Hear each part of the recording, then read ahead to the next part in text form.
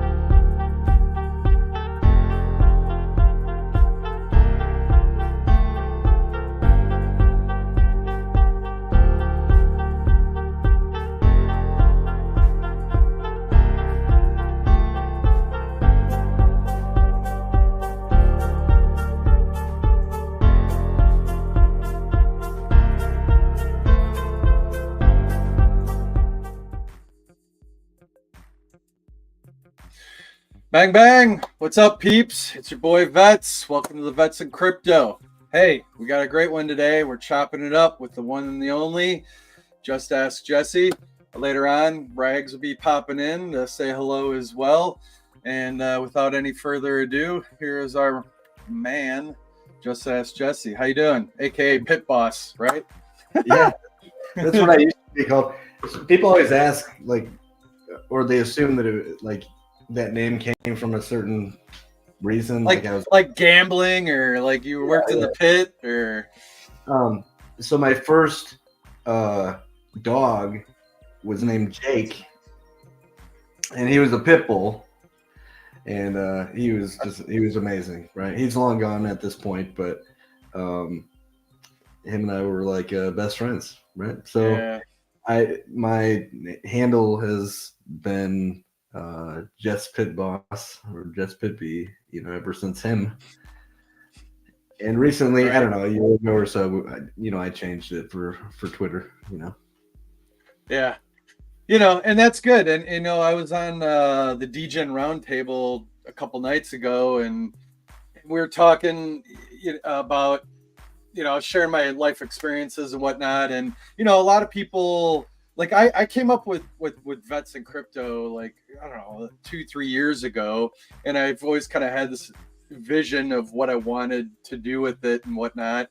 So yes, I didn't pigeonhole myself with like going, the Hex Marine or putting Hex something or anything, whatever you like. Just, I wanted to keep it broad and open just for marketing purposes. And, fast forward, here we are today with, Pulse Chain and wanting to, cross market and bridge and welcome others. And that's always been the overall goal, Absolutely.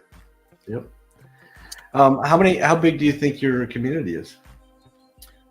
Oh, I don't know. I mean, shit. I've just been trying to grind and do what I do. I mean, what are we up to? 3 or 2 something 100 subscribers or something, just small, man. I'm just trying to get the word out and just spread the word. So obviously I was on, my other handle on X is VETS in Crypto with a K, kilo number 1. But then for branding, when I launched the YouTube channel, it was smart, and some people made recommendations that you should have the regular name Crypto with a C in your name and title for searchability and SEO terms and everything, right? So, man, I just been taking a lot of pointers from everybody throughout the years. I've just been, kind of silent and learning and taking tips and notes from how people do things. And that's kind of given me a launch pad to where I am, and, trying not to make it too rough or, awkward, trying to make things smooth and seamless. And here we are today, with everything. So, well, I commend you for taking on the challenge of doing this, because a long time ago I thought, should I start my own YouTube channel? And I thought, I'm too busy. There's way too much other work to do. it's much easier just to jump on other people's streams, from time to time. I don't think I could do it. Like I like the schedule, especially if you're on a rigorous schedule. My schedule's changing all the time. No way I'd be able. It's something to definitely add and incorporate. And I think that was one thing that held me back initially for a while was that commitment. If I'm gonna do it and go all in, like I need to do it and go all in and not half-ass it. And I've learned that you do need to have somewhat of a schedule, because I know, being on the other end as an end user watcher, I appreciated people's streams that were a regular schedule. Like I go to my Google Calendar and set that shit, right? So I could appreciate that, and at least with one half of our show, my co-host is Mr. Randy Hilarski, and I'm honored and privileged that he's taken me on to do this with him together. It's been so we do that on Mondays at 4 p.m. Pacific Standard together. And then I do my own freelance thing, just trying to build the channel and build awareness and everything of that nature. So you see how, on my Twitter handle or X handle, I'm always putting content out there, just whether it's information about VA benefits or, this or that, just trying to do my part to get information out there. Obviously, we have a huge community of military veterans and first responders in our community, and I personally don't feel that it gets highlighted or talked enough in our community. I mean, we're all here for crypto and blah blah blah, but we're all human beings. There's people behind the cameras and behind the projects, and you get a lot of yahoos and keyboard warriors that pop in and have no clue about the real world or life or anything. So it's good to hear people's stories and where they come from and their upbringing. And I really value, and I'm sure, I think you've been to some in real life meetups or what have you. Obviously there's the Pulse Chain Tour one coming up next week in Vegas. I'll be there at that one. Where they host seminars and things like that, just getting the word out. I think it's good that overall we've got that there's a Pulse Chain Foundation forming, right? See where that goes. But I think that's, doesn't from your experience, because you're a man of a lot of many years of experience, other L1s have foundations, do they not? And do you see them that they serve a good purpose? It depends.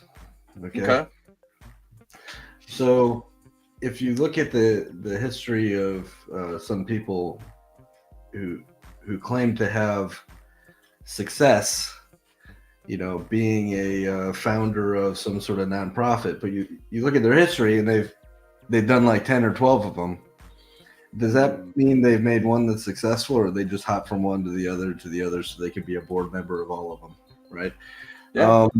To some level, like nobody works for free. So always beware if people are asking for money, that at least a portion, maybe even a large portion, is not going to go to where you think that it's going to go. Right. And that nonprofits, there's various rules about nonprofits, for example, and they can take a huge sum that will and just leave 5 or 10% or whatever that'll go towards what you believe is the cause that you're contributing to. So always be careful of that. Do your own research. Ask, where did these people come from? Why did they just show up? Have they done anything else for the community besides what they're doing now? And this isn't to call out anyone. As far as I know, there's at least 2 or 3 different organizations trying to start this thing. Just be careful out there. Just generally speaking, and that goes for many things, you know, in all aspects. I mean, we can even one example. I guess one example I have also is Matic. Years ago, there was this COVID relief fund to help the people of India, and the Matic team was the big. They were the ones carrying the torch. Hey, help donate to this cause, so we can help the people of India with COVID. All right. Now you would think Matic, Polygon, that foundation, solid. It's a good blockchain. It's fast. It works. All these things, and the money. Of course, the money is going to go to where do you think it's going to go? No, it didn't. They raised millions upon millions of dollars, and not a single dime went to the cause that they described. But it did pump their token. Now, did they just take all that money and just start buying their own tokens, buying the price up? Well, if that's what they did, that's wrong, because the people donated thinking that they were helping the people of India. Right? And that's not what happened. Right. So just be careful. Yep. That's very true. It's very true. And that even, goes to just thinking about different launch pads, right? They come and they go, and obviously Pulse Chain getting its legs underneath it. What isn't there? There's been like a Pulse pad per se that's been out for a long time, right? Is that a legit one or not? Well, I think there was first announcement of some sort of launch pad was Trust Swap, and they came and went before they even right. They made a big announcement. There's a big thing how they have like however many billions of dollars, locked up into their thing. Oh, cool, a big name coming to Pulse Chain. But then, like, nothing ever came of that, right? They bounced before they even got here. And then there's a Pulse Pad. There's some others. Overwhelmingly, launch pads are usually full of protocols that don't amount to much or are scams. If you find a team, now let's look at the biggest teams out there, right? Curve, Convex, Balancer, Liquidity, Uniswap, Chainlink, all these big teams. Why do they never use a launchpad? Because they don't need to, right? They form their own community from the ground up. They do all the marketing themselves, all the education themselves, and they prove that they're in it for, as hard as it may be, they're in it for the long haul. All right. And I think there's teams on Pulse Chain that are the same way. There's, I'm biased, of course, Power City, Liquid Loans, the PH team, even the Coast guys. They're struggling right now with something, but they're in it for the long haul. They're committed, right? And you've got all these various teams, and there's a lot more out there. I'm sorry if I didn't shout you out, but there's teams that have built their community from the ground up, and I think that's thousands of times more valuable than a no-name team that launches something on a launch pad. Because that's the easy way. That's the lazy way out. Oh, hey, we want exposure. Let's just throw our information up on this launch pad and people can pile in. I guarantee the people who are piling in via that launch pad, they don't care about the protocol. They're not there for that community.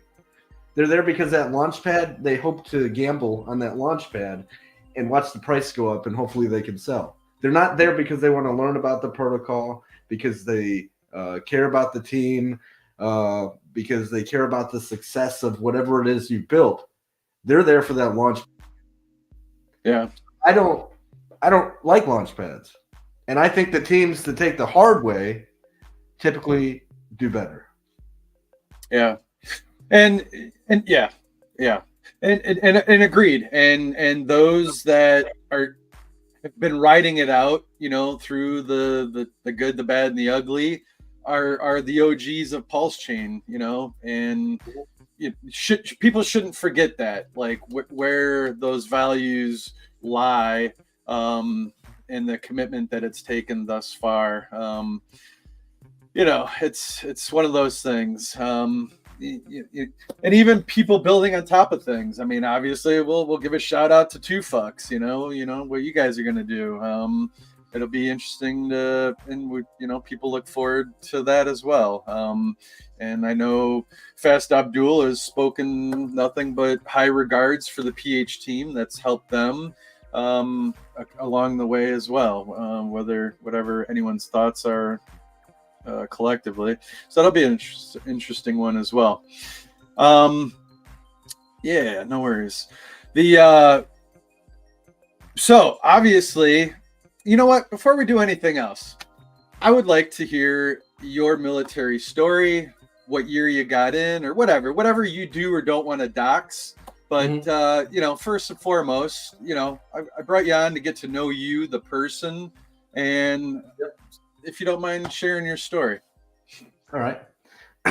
So for my entire life, I've been a musician. All right. So I don't know if you've seen, like, I've got like a trumpet. There's a trumpet.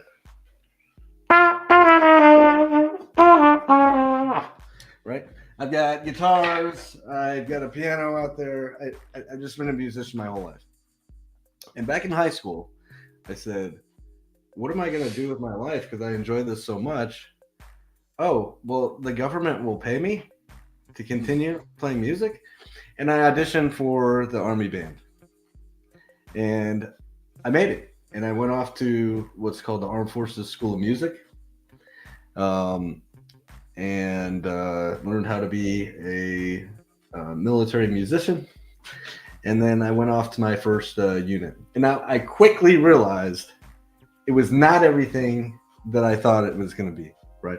I thought, I'd be able to travel the world and do all sorts of shows and concerts. And what you end up doing is marching around on a parade field, in a hot uniform, sweating your ass off, and playing the same music like every single day. And it's just so boring. It took something that's supposed to be fun and completely destroyed it, which the military is good at, by the way.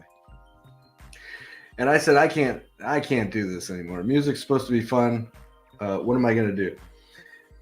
Now, at the time I was getting my degree, and I looked at a couple options. I took the AFAS test, the flight aptitude test, and realized, I don't want to fly a helicopter every day for the rest of my life either. That'll probably get boring, just like driving a car.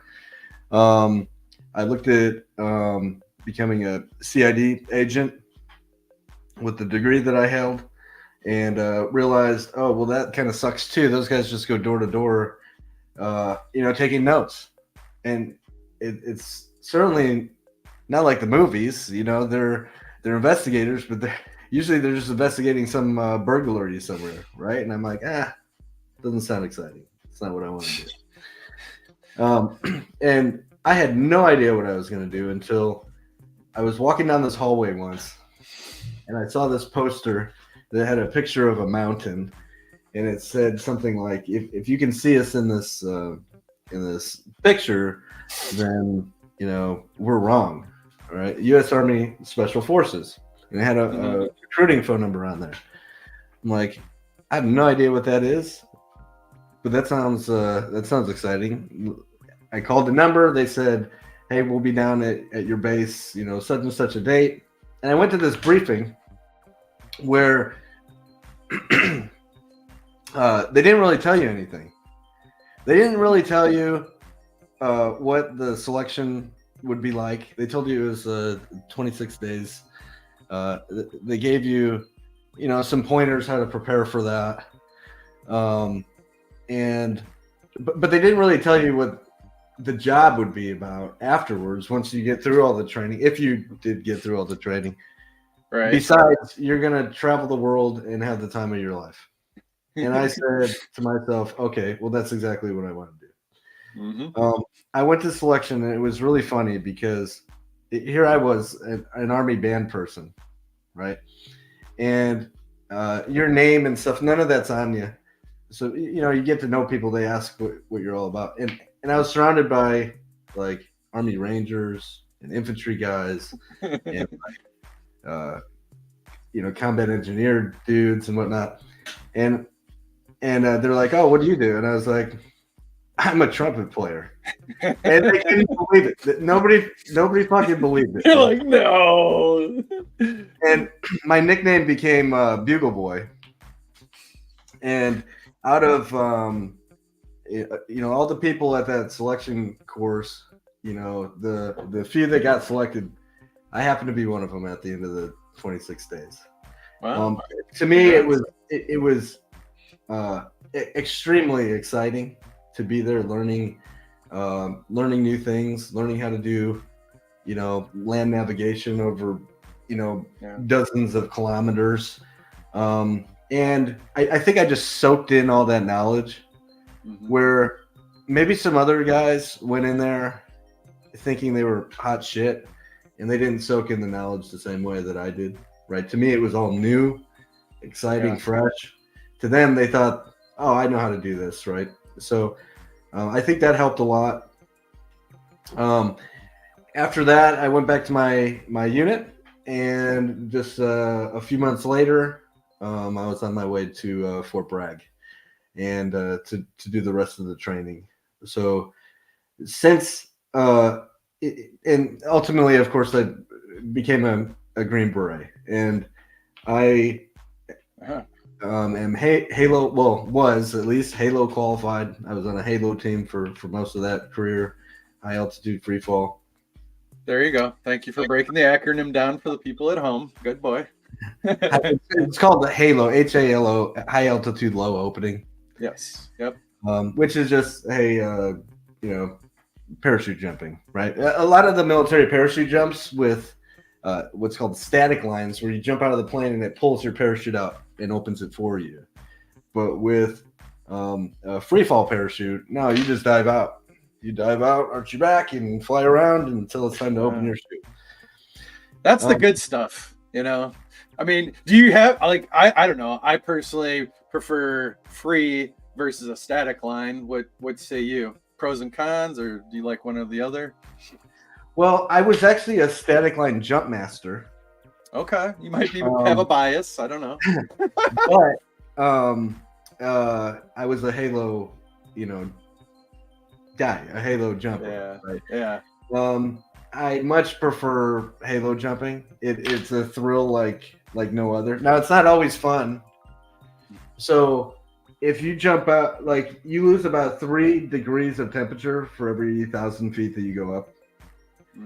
So if it's 40 degrees on the ground, okay, or 50 degrees on the ground, it's a night jump or something, and you go up, you know, let's say you're doing a real high jump, you're doing like 25,000 feet. It's way below freezing up there. It sucks a lot, okay? And I remember this time that you got your oxygen running while you're on the bird, and it's hot in the airplane sometimes, so you're sweating inside your mask. But as soon as the ramp opens, and then everything freezes, right? So now you got a sweaty face, you got condensation inside your mask, everything freezes, and you're about to jump out. And I remember once this little flapper inside of my oxygen mask, freezing shut right as I'm jumping out of the airplane, and I'm trying to take a breath and nothing's happening. And like, while you're free falling, you gotta stay like really maintain position. Yeah. Right? So even the act of like trying to smack my mask, you know, as soon as you smack the mask, and you know, it throws you around and stuff. Dude, it sucks so bad. But you know, a couple smacks and, you know, okay, I could breathe fine. Dude, yeah. amongst all the other things of altimeter and hand signals and just making sure shit's flowing or working and trying to, but yeah, and that's the benefit of repetition, and repetition is key with many things, and even if we transitioned it to crypto, just repetition helps you navigate the craziness when jumping out at terminal velocity 120 miles an hour.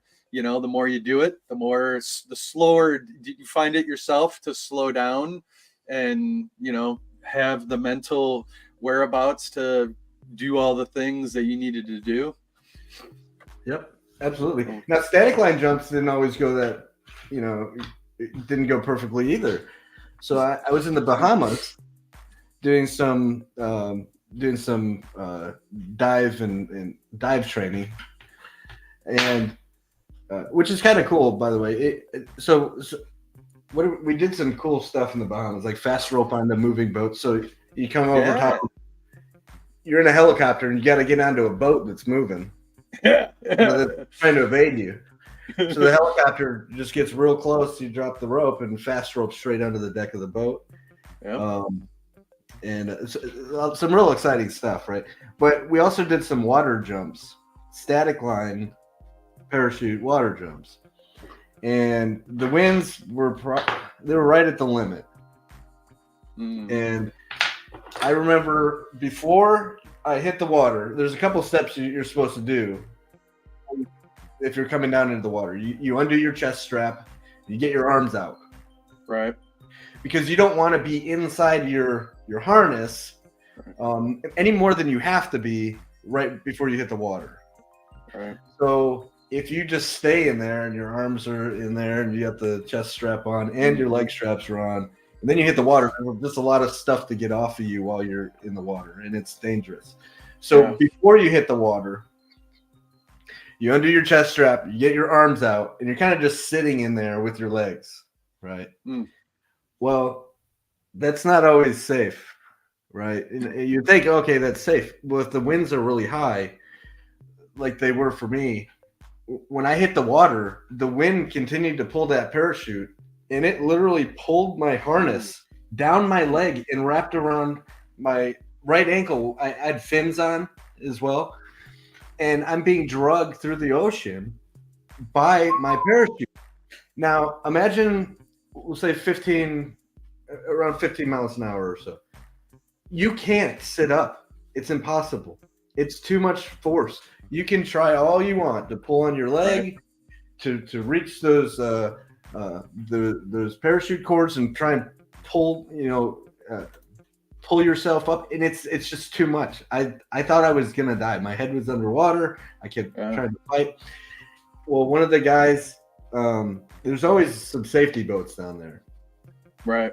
The hope is they always see what you're doing, right? He was doing his job well, and all this guy sees in his little Zodiac inflatable rubber boat, right? He sees a parachute just being dragged through the ocean with what has to be a guy being dragged behind it, right?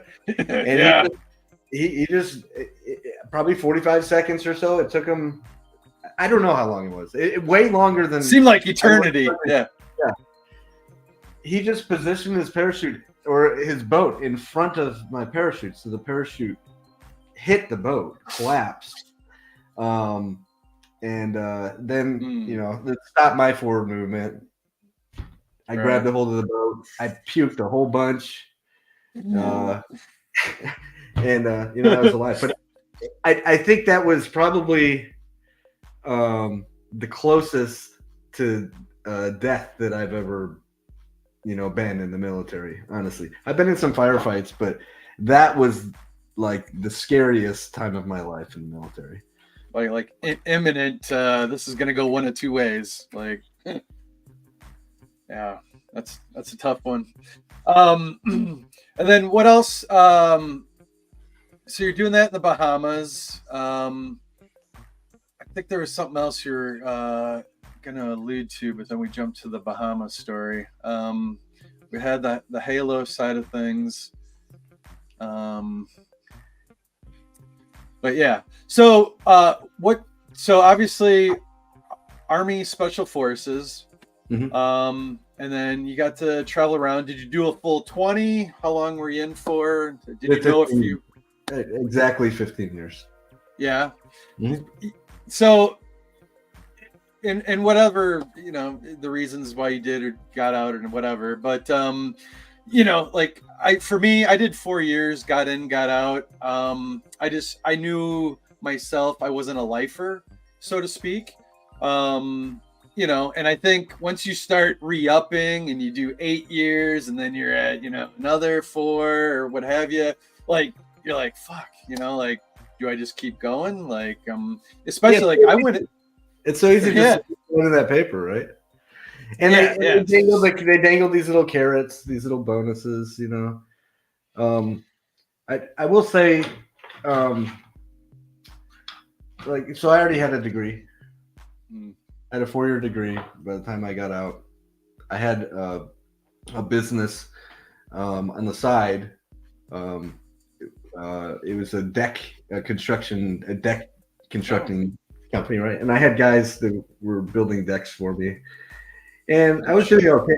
I was doing okay, and and not to mention, like, the pay is pretty good being a Green Beret.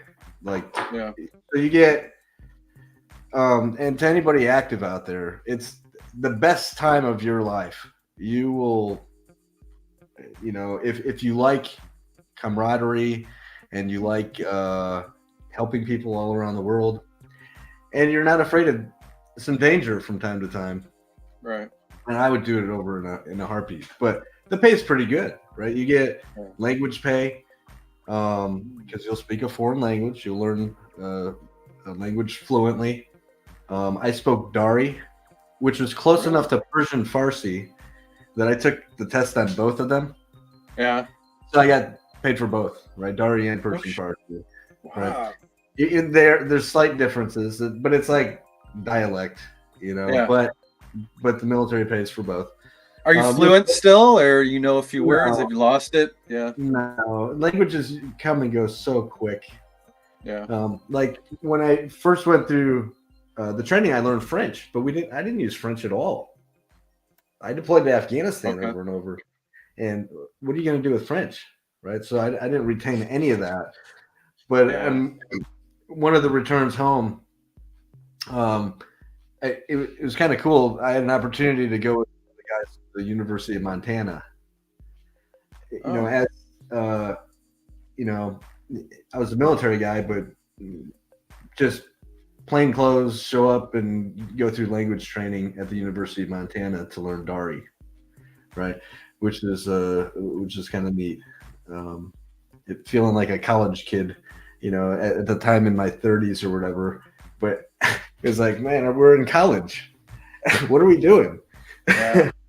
But yeah, you'll get language pay, you'll get jump pay, maybe Halo pay if you're a Halo guy. You'll get a special hazard duty, yeah, for being special forces. So the pay is significantly more. Like, I want to say maybe like $1,200 or so more a month than a same ranking guy, across the street.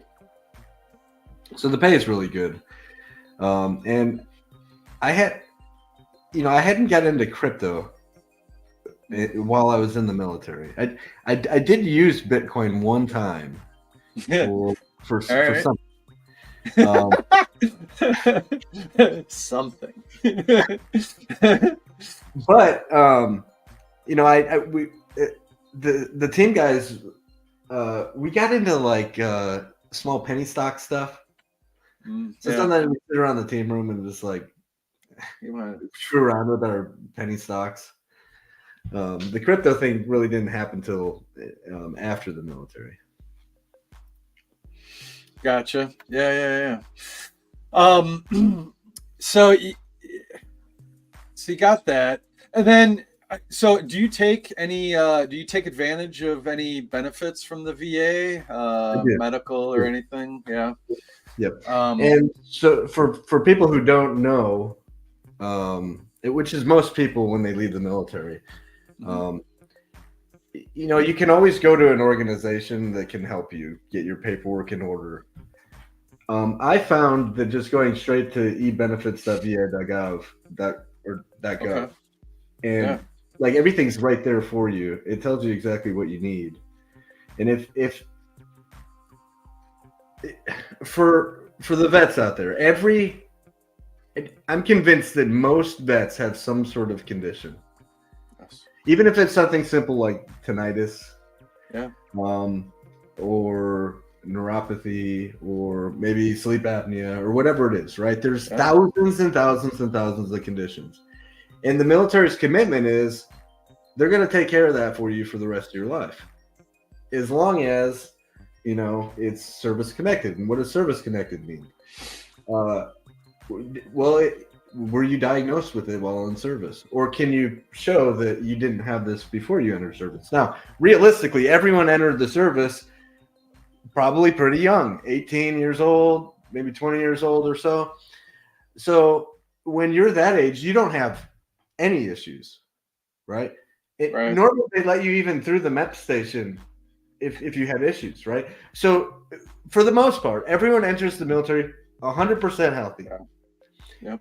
And then fast forward, whether it's 4 years or 15 years or 20 years, you take the same person and you say, okay, what's wrong with this guy?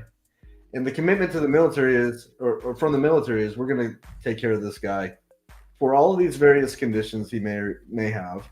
He's just got to show us some paperwork. So it's not as hard as some people think. The math sometimes is a little wonky on how they do the VA math. disability Yeah. rating, right? Because it takes the remainder that you have to go and that's the percentage of yourself you have left. So like 250s doesn't equal 100, right? 250s equals 75. Yeah, it's crazy. It's crazy. But really, it's not that hard. And I think everybody, you don't have to be missing a leg or an eye to use the benefits that are set aside to you.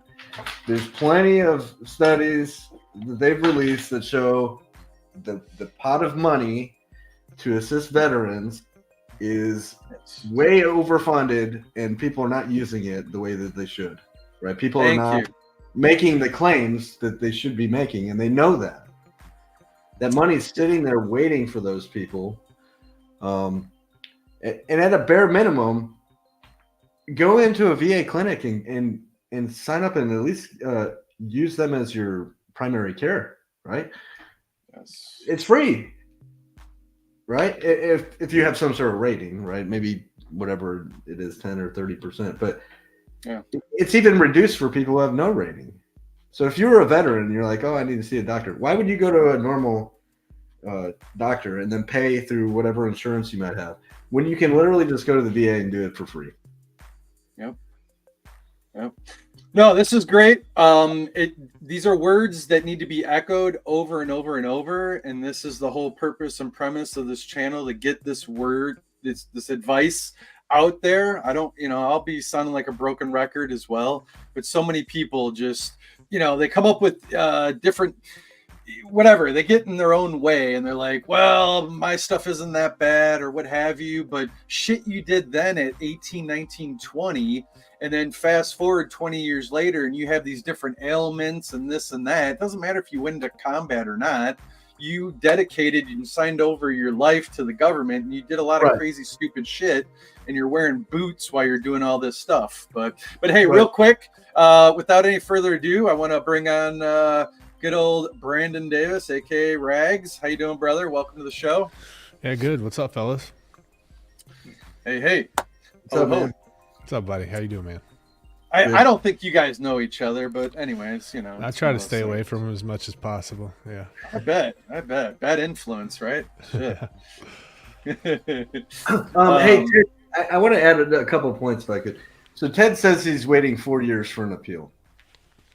One word of advice to anybody who files a VA claim: if you get a result that you do not like, do not file an appeal. Oh, really? you have time after your result comes to Right. continue submitting additional evidence. That doesn't mean it's an appeal. An appeal will make it, will literally pause it and send it through this crazy formal process of other people looking at it, right? And it just takes a long time. So Yeah. it's not unheard of that an appeal could take 4 years.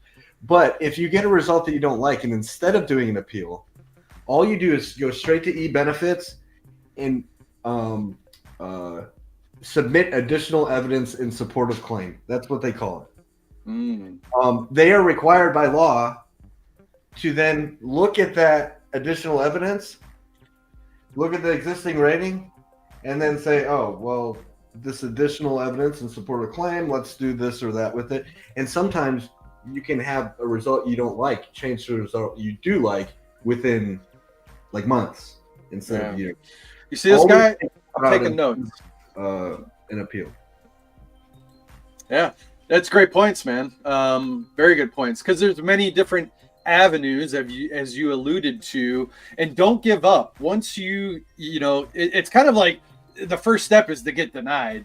It's just the way that they roll for the most part, and then you have these different avenues and lanes to choose from, whether it's a higher level review or another there's even another level where you can appeal it and goes to court. Like that takes forever. Forget that. But that's a great point about the e-benefits and just adding additional evidence to your claim. Words matter as well. It's such a, just navigating. And I hope that I did meet the other day at a local Hexagon event, a gentleman that was actually a VSO, Veteran Service Benefit, or Veteran Service Officer. Yeah. So eventually I want to have him on, somebody that's dialed in and everything, and help people with those little nuances and ins and outs. You got anything to add to that, Rags? What's your story? Have you submitted claims after the fact or anything? Yeah, so it's really sucked for me because on the 5th day of basic training, I freaking snapped my ankle in half. And that's because I was trying to be Joe Navy, and boot camp is up there in Great Lakes for the Navy. Yeah. And we were going out of our processing, and we had to march up to the barracks, and it was a pretty good hike. And we had our sea bags, and they're fully loaded. They're pretty heavy, probably like, 100 pounds or so.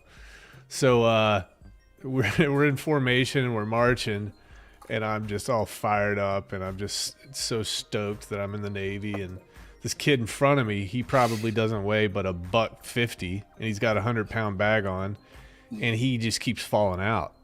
And I'm just like, come on, dude, come on. And I'm trying to motivate him. And then I make the great decision. I'm like, I'm all fired up. I'm like, let me put this thing on my back. So I had 100 pounds in the front and then 100 pounds in the back. And I'm trying to push his ass. And it's snowing. It's March, I think. It's snowing in Chicago. Yeah. And, dude, it just took a little bit of a slip, dude. And 200 pounds of weight just rolled my ankle, and it just wrecked it. So then I spent 8 months in boot camp, which really sucked. And they were trying to get me out, and they basically were asking me, do you want to be in the Navy? And I was like, yeah, I want to be in the Navy. They're like, all right, you're going to be a chief one day. Stick around. So, I went through the whole process. I think it was a distal fibular avulsion is what they called it. And fortunately, I had some really good advice before I got out. And I was able to claim that. But the process did take a couple years. And Jesse's right. If you appeal it, it sends it down a whole different rabbit hole. And, at that time, I think they're trying to transition to completely digital. And it was, I lost a lot of my documentation, copies of my stuff, and because I was an idiot, but finally kept pushing and it came through. So. Yeah, it's one of those things, you don't know what you don't know. And again, hopefully we can eventually reach lot active members and just, you know, preach the word and pass the info and the knowledge. And again, like I was fortunate enough to have peeps as well. Always, pounding like, hey, make sure you get stuff documented, in your medical service record book and this and that. And, and sure as shit, fast forward 20 years later, man, that shit like comes to fruition and helps your case out, if and when you do file a claim or what have you. So it does matter, and I guess that's the biggest thing is document everything, right? You just never know. Our bodies, we get older and change, and like a lot of airborne guys, they have knee and back problems, and just from jumping and everything of that nature. It's one of those deals for sure. Did you guys ever, we used to joke around, believe it or not, and bust each other's chops and pull legs and stuff, and send the FNG, the fucking new guys, chasing rabbit hole, like we'd say stupid shit like, to that boot private or whatever, like go grab 1,000 yards of flight line, or some shit like that, or go see Gunny in the office. Ask him about the ID 10T form. You're sitting there calling your staff sergeant or whatever an idiot, all that. But you guys got any silly stuff that you used to do or play pranks on people? Well, like team life is much more vulgar than the little pranks like that. I guess so. One of my first experiences showing up to a brand new team, which is cool, by the way. When I graduated, my team was already deployed. They were in Skin, Afghanistan. And I showed up to the rear support unit and was like, well, I'm ready to go. I hear I'm going to be on, such and such a team. What do I do? And he's like, oh, they're in Afghanistan. Just get your stuff and just go meet them out there. I was like, what do you mean? He's like, figure it out, man. Figure it out. And I'm like, okay. Now remember, I used to be a trumpet player. And I just spent like a couple years training, but I'd never been deployed. I was like, I didn't know what to bring. I just loaded up some tough boxes with, what I thought would be, the right thing to bring out there. I way overpacked. I had to figure out like, how the hell do I even get there? Right. So I went down to the Air Force side of places and just started knocking on doors. Hey, I need to get to Afghanistan. Here's the base I need to get to. And everyone's like looking at me like I'm an idiot. Like, what are you doing here? But I figured out where I needed to go and schedule myself for a flight and so on and so forth, and made my way to Afghanistan, through several stops along the way. And finally I'm on a helicopter and I show up to this base. The guys helped me throw my stuff off the helicopter, and the helicopter takes off, and I'm on this helicopter landing pad. And there's nobody around. I'm thinking, where the hell am I? I don't see an American anywhere. Like, there's some random Afghan people walking around, with guns, and I'm like, where the hell am I? Well, my team they were out on a mission for like a couple day mission, so it's just me and like nobody else. And it was like, I didn't know where to stay, like where to sleep at this little base. I just found a room and was like, well, I guess I'll sleep in here. Like everything was just so new. It was nuts.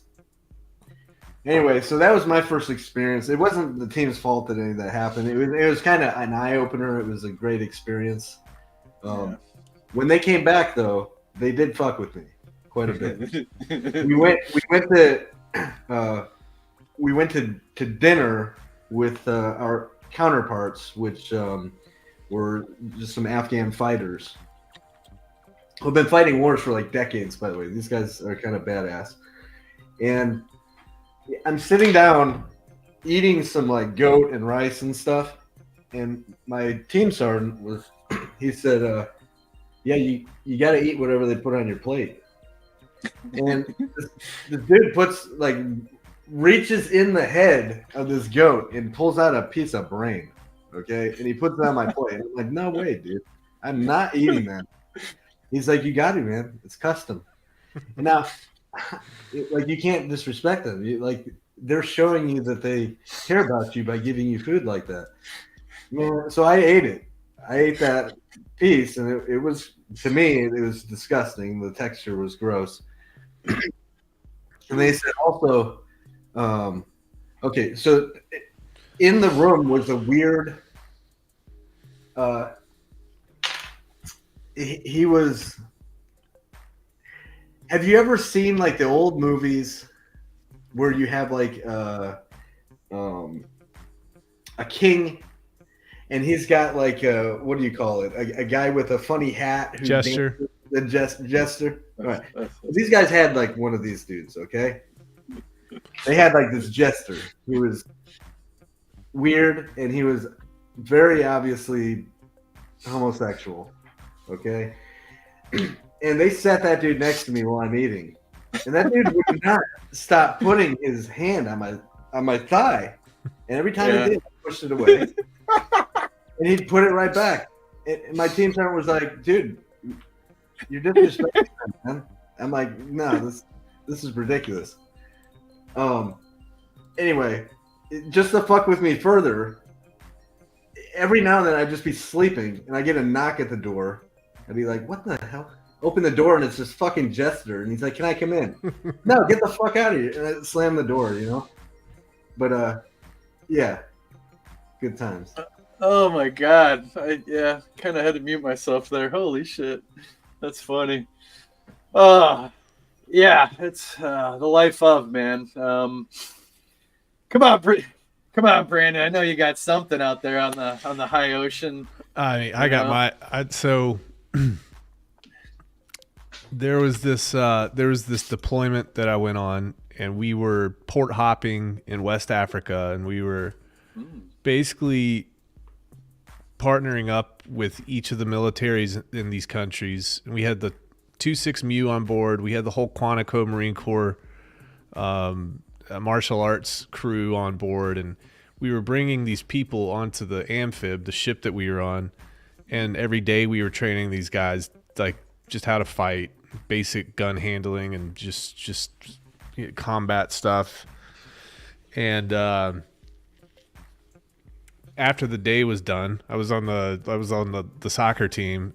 Okay, if you want to call it a soccer team, and we'd go out in town and get our ass beat by the locals. And it's always a sand field, and you're always just sucking wind because they're playing on sand and you don't play on sand, and it's horrible. But afterwards, one cool thing was, we were kind of in the old Navy in a way. Our Commodore, our captain, and all the high brass that were out there, they had like an old Navy mentality. So after every game, dude, they had buckets and buckets and coolers full of skunk beer. And it's skunk because the Connex boxes is where, on the flight deck, is where we kept this stuff. And it's hot as hell in the Gulf of Guinea in West Africa. So we'd get hammered, okay? It's after the soccer games. And you had to take what's called a Liberty boat. Mm-hmm. And it's because the ships, the ports and the moorings and the infrastructure can't handle an 830-foot ship pulling into port. So they anchor offshore, and then you take a boat in. And the whole soccer team got hammered. The Africans, they got hammered. We're taking the boat back, and I got to piss. I got to piss like a racehorse, man.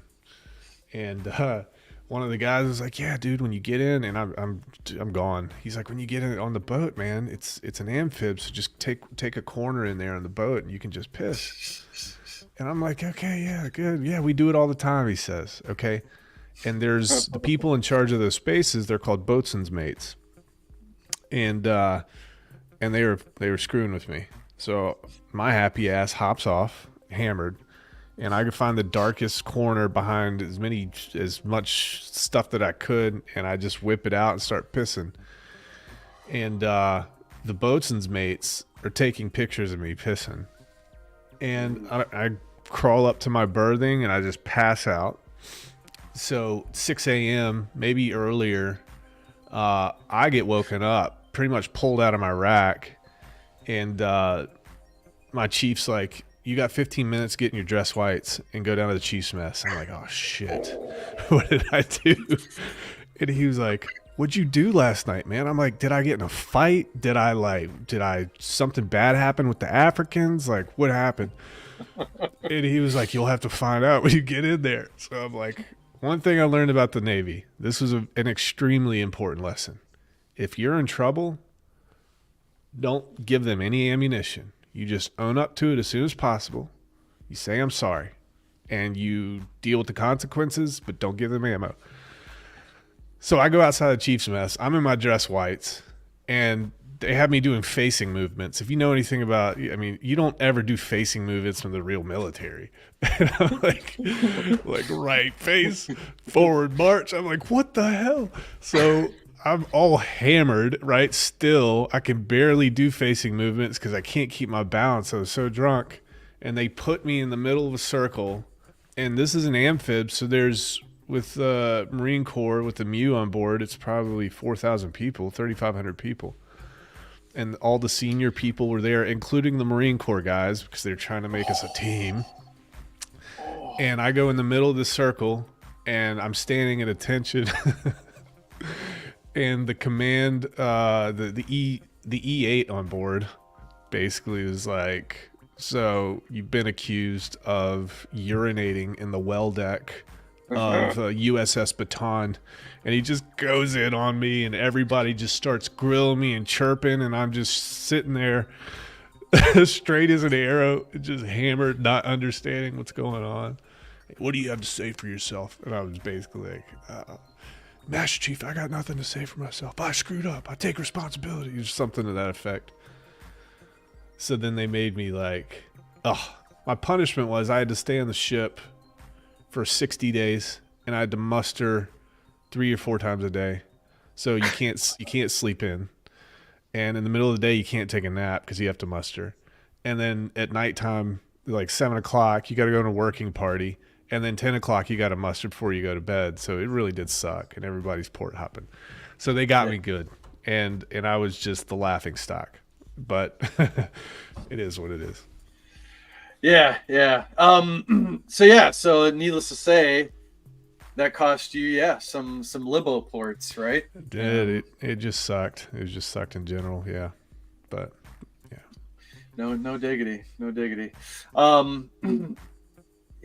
Where was, man? So we did. I was on the 13th MEU, and I was in during the quiet Clinton years, 96 to 2000, and while we were floating around, this was like in 99, and like every 2 weeks we were blessed. Like we're always in a new libo port every 2 weeks.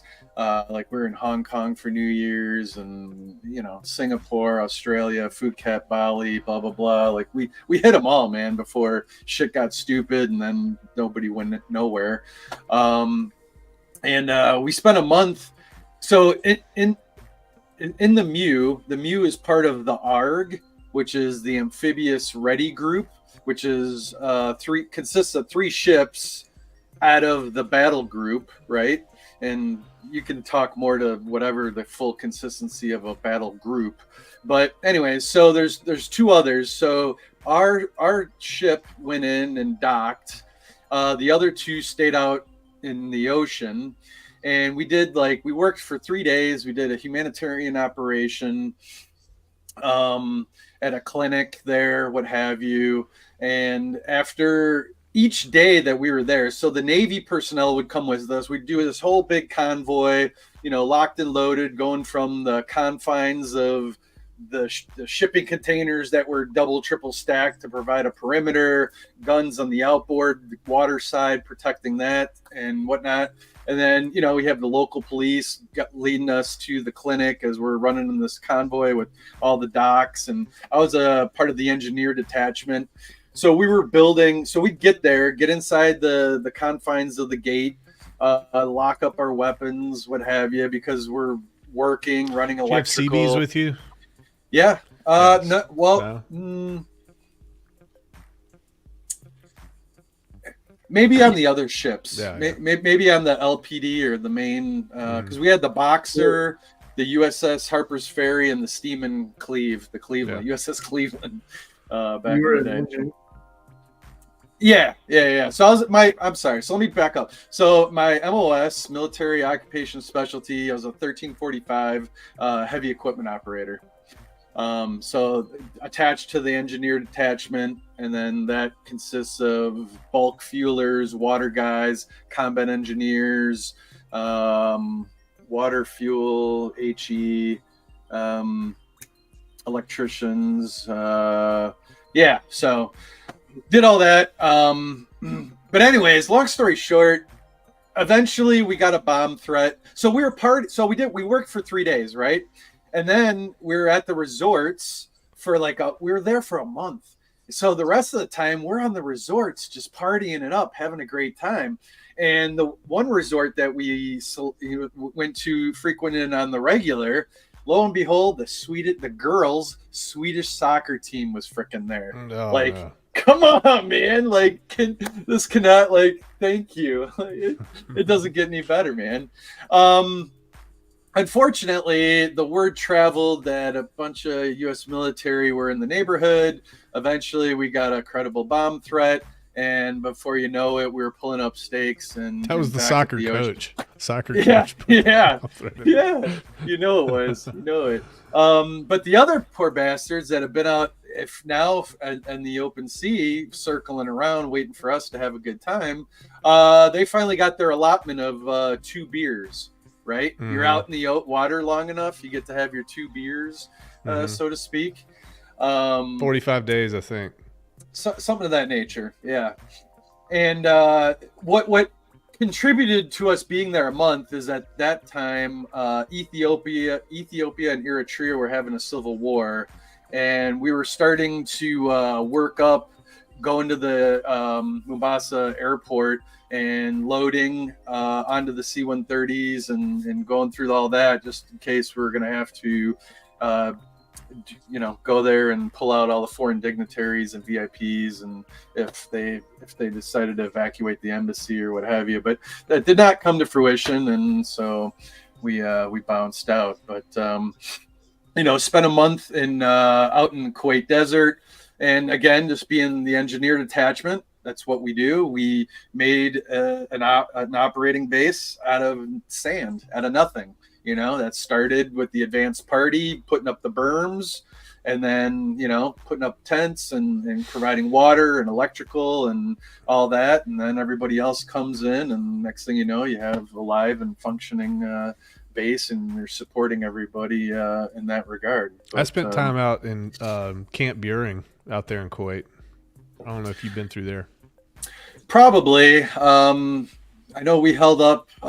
We passed through Bahrain, for a day or two, and a lot of people end up, because you have all this extra money, right? So a lot of people in that neighborhood, you get the Ford people trying to sell you a car, it's tax free and all that shit, and it's funny. It's like you go out in the middle of nowhere. It's just sand, and the first thing that I see is freaking Baskin Robbins. I'm like, what? Baskin Robbins? It's like a Baskin Robbins in every fob I went to, what is going on? Yeah, that's very true. Burger King, Domino's, whatever, but just trying to make it so that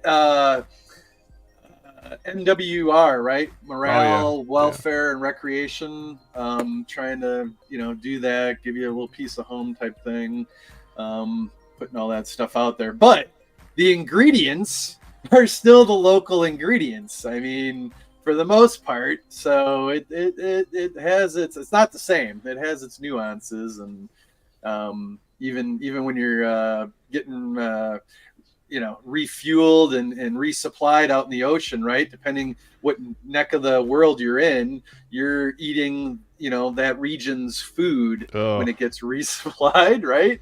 So things, odors, start emanating out of your body, and you're kind of blending in with your local. The thing that I appreciated the most about coming back to the United States was that I could come off the plane or the ship, and the air didn't smell like shit. And that's everywhere, man. That's everywhere that I went that was the U.S. other than parts of Europe. And even some cities in Europe are horrible. But we got it so good here, man. People don't understand how good we have it here. They just have no clue. We are blessed. A lot of times we'll say, as much as bitching as we do about this or that, first world problems, man. They are. It's one of those things. Barely, man. So let's even just talk about crypto in Africa. I mean, they're getting, like phones and this and that, and I mean, I'll give my opinion. Yeah. I do have to run in a few minutes. Yeah. But crypto is good. The tech is cool. Most people are in crypto for the gains.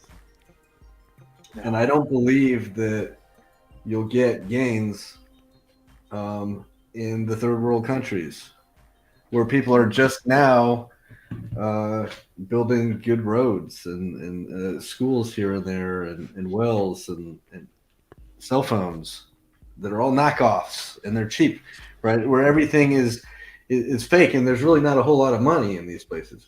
Now, when the U.S. goes into these places, the U.S. brings a ton of money, right? So the U.S. goes to Afghanistan. Afghanistan's all of a sudden got money because we brought it all there, right? Yeah. But do you really think, in a lot of Africa the same way, so do you really think that when you hear certain crypto people say, we're bringing our crypto to Africa or to India and it's going to become the new currency of India, okay? Do you really believe that? No, it's impossible to believe that. People don't care about these things. And then the people in America don't care either because they just want the number to go up. Two completely different worlds. So that's my opinion about shithole places that people claim they're bringing crypto to, and then everyone else thinks, oh, the number must go up. From what? They don't have any money. Yeah. I agree with you. I think that stuff's a narrative. It's just something to latch onto to push stuff. I get that. I think that the only exception to that would be access to a global market. So if you have access to a community through an internet connection, through a crypto connection that is on fire, and you put your $1 in or your $5 that you earn per month and you 1000x your $5, that's going to make you feel pretty good. So it does give people access to that. But yeah, I'm in agreement with you. It's not going to ignite the world on fire. Let's start with the internet first. I guess Starlink's doing that. Yeah. And competitor, lo and behold, no surprise, China's coming up with their own Starlink equivalent as well. No surprise, but that's coming about. Now, what about going back to Africa? Yeah. Let's say, obviously some currencies may not hold their value, what have you. And like in El Salvador, converting and using something now is that better because it's tracked, the supply, and it can't be manipulated, hopefully, maybe? The problem in third world countries that I've seen, and I'm sure Jesse's seen this too, is like, okay, Americans or Europeans can come in because they have these, well, at our level, we want to help the community. At the decision maker level, they want to buy loyalty. So we come in with a bunch of money and we distribute it to the local officials. Well, if you, for example, you've $100 and you give it to an official, how much of that's going to make it to the community? Almost none, because it's so corrupt. At least it is in West Africa, which I've seen. So, you know, I would say that there is some sort of precedent, maybe, to having some sort of direct distribution to the people that are actually there. But even then, those people are going to get shaken down for their stuff. And it's really difficult, man. In some instances, you're going back in time centuries to how people live, how people think, the local infrastructure and things like that. So it's difficult, man. And in the United States, we'll come in and give money directly to the people, which gets sucked up because it's corrupt. But then you have the Chinese, which was my observation, and then the Russians in West Africa. They go and build soccer stadiums, and then there's economic activity there moving forward. I always thought that was kind of an interesting play, but that means that symbol of Chinese giving might be there for a long time, or Russian, or whatever the case. So, you know, it's hard, man. It's hard to directly inject money into a situation like that, because there's just not accountability there at all, at least in West Africa. That's a big thing, the corruption. Yeah. But I like what you said, how they're just living back in time. Yeah. I can't talk to some locals where I live here in America, and have them understand crypto. They're like, what is that? And these are people that have banks and cars and, first world life. And they're like, what the hell is crypto? Right. So now you take crypto and you try and explain it to somebody who just saw television for the first time a year ago, right? And maybe once in their life they saw a paved road. You're like, oh, hey, we got this money that's in this little device. No, it's impossible. We were painting the school, and we got a bucket of paint, and it's done, right? And we washed it out, and we just kind of set it aside. Well, I heard this commotion outside, and I look outside, and I'm not even kidding you.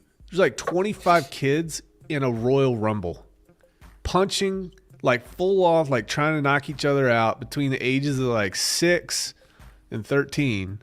And they're fighting over this bucket. And we're like, we come in, we got our BDUs on, and we're like, hey. And everybody kind of scatters.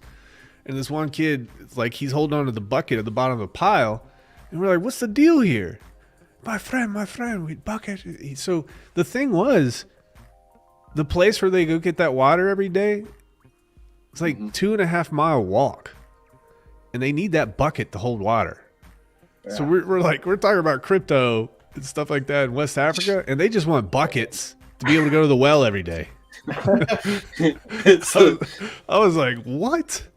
Yeah. It's the little things in life, right? Like, Jesus. It is. Yeah. And we just don't understand that. But what's interesting too, you can back me up on this, Jesse, if you've seen this, but these people are so much happier, it seems, than a huge cross section of America.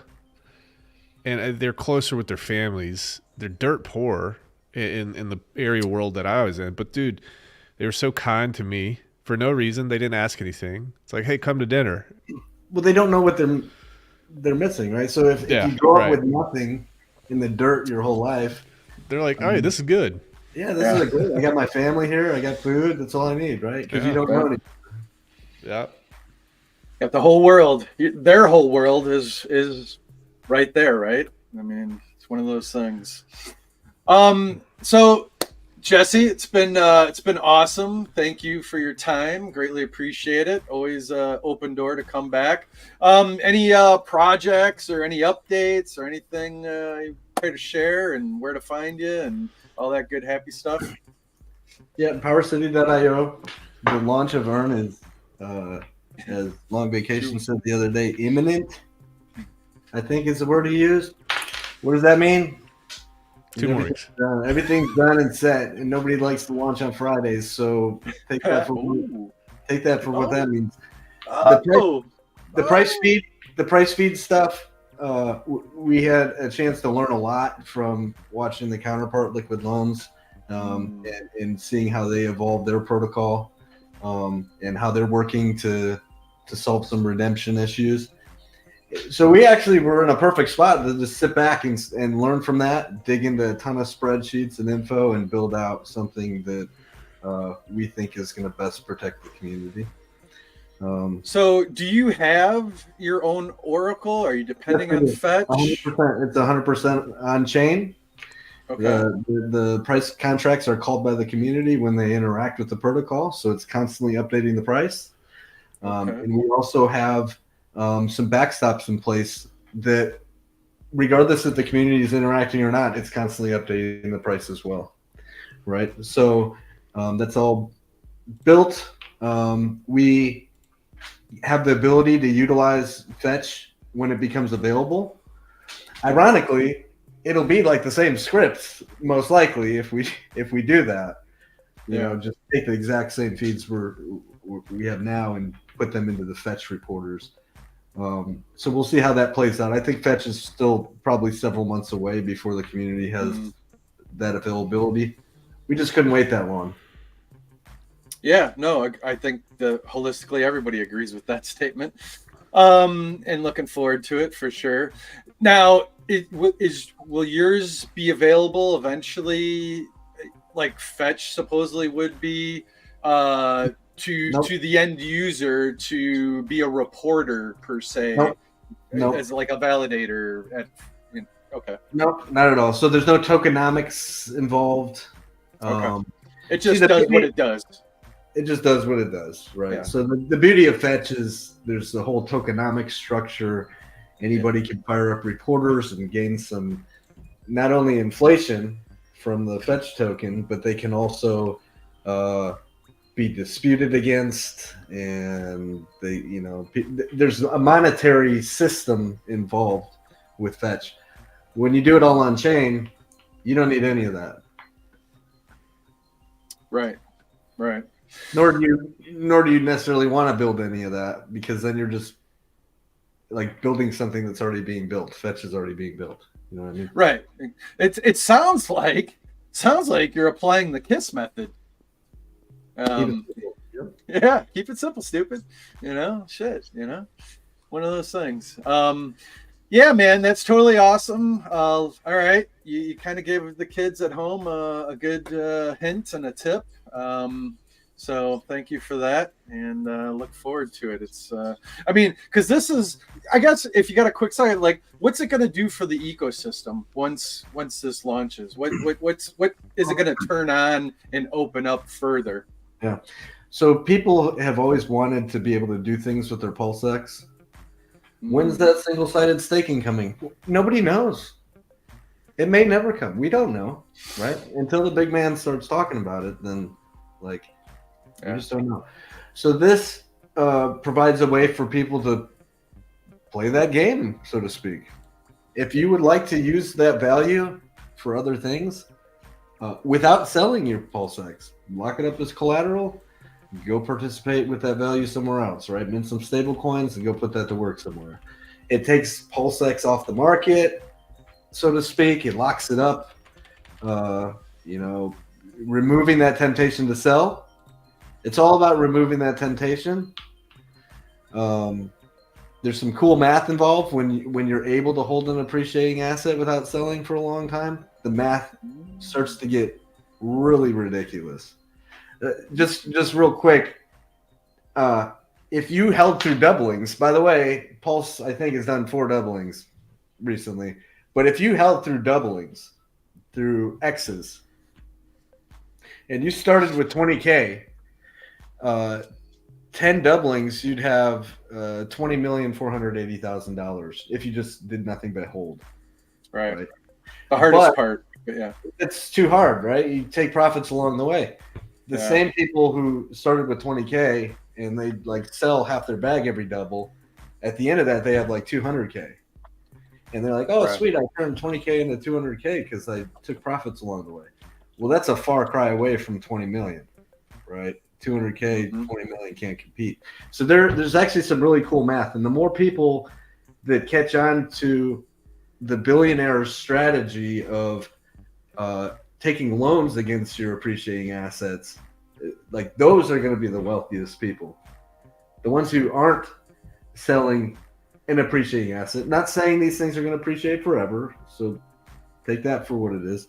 But don't sell it, but still put that value to work.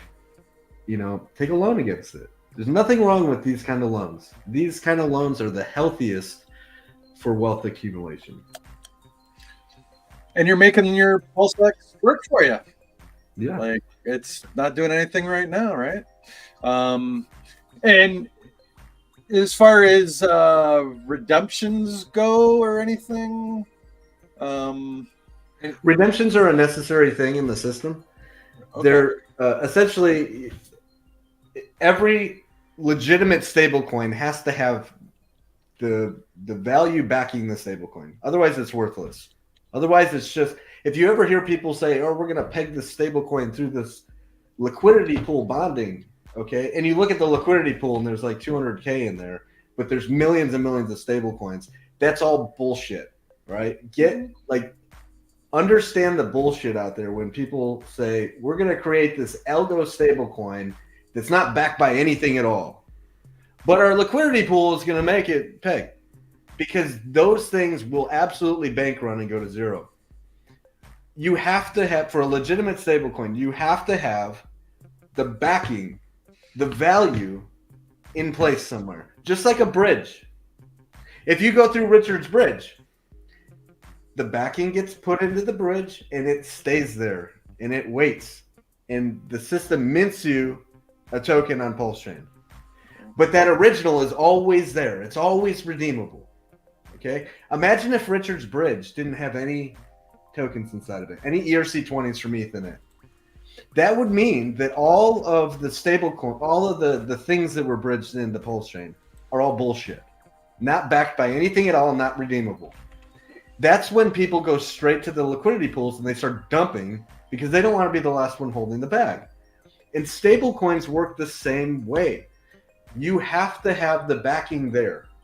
And if the backing is not there, the value for people to redeem back for it, if they wish, is not there, people go straight to the liquidity pools and they say, I don't want to be the last one holding this stable coin, and they sell it. And the price goes down and down and down and down and down. We've seen this over and over and over. So that's priority one. Every single stablecoin has to be fully backed. And then step two, it's always redeemable. Because if it's also not redeemable, then that being fully backed doesn't mean anything either. Okay. Now that doesn't mean people are going to redeem all the time. A redemption has to be in place to peg the value back. Things are volatile on a DEX. Mm-hmm. If somebody dumps a bunch of stable coins, the value goes down, just like any other token. Somebody has to recognize that and say, wow, there's a cheap stable coin there that I know I can redeem for $1. They buy the stable coin on the DEX back up to $1. They redeem it for $1, right? That's the arbitrage. Without that, a stable coin can't keep a peg. So that's now redemptions can also occur for other reasons as well. If there's a difference between the spot price and the price of the protocol, people will just use that as an opportunity to drain. So what does that mean? If Pulse was, let's just say, 2 times more expensive on a DEX than it was inside of the protocol, people are going to redeem stablecoins for Pulse that's really cheap inside of the protocol. They're going to immediately go and they're going to dump it on the exterior markets for 2x. Okay, so that can happen. Now that's too extreme, 2x, right? But if the spot price on a DEX is too far away from what the protocol is using, there's always this weird opportunity where people are just going to try and redeem and then go dump, redeem, go dump, redeem, go dump. And that's, you don't want that. You want people redeeming for the stable coin peg. You don't necessarily want people to redeem to try and milk like Pulse or PulseX out of a system. So the way to fix that is by having a very, very narrow, tight range. Mm-hmm. so that the spot price and the protocol price are always really close together. Let's say 1%.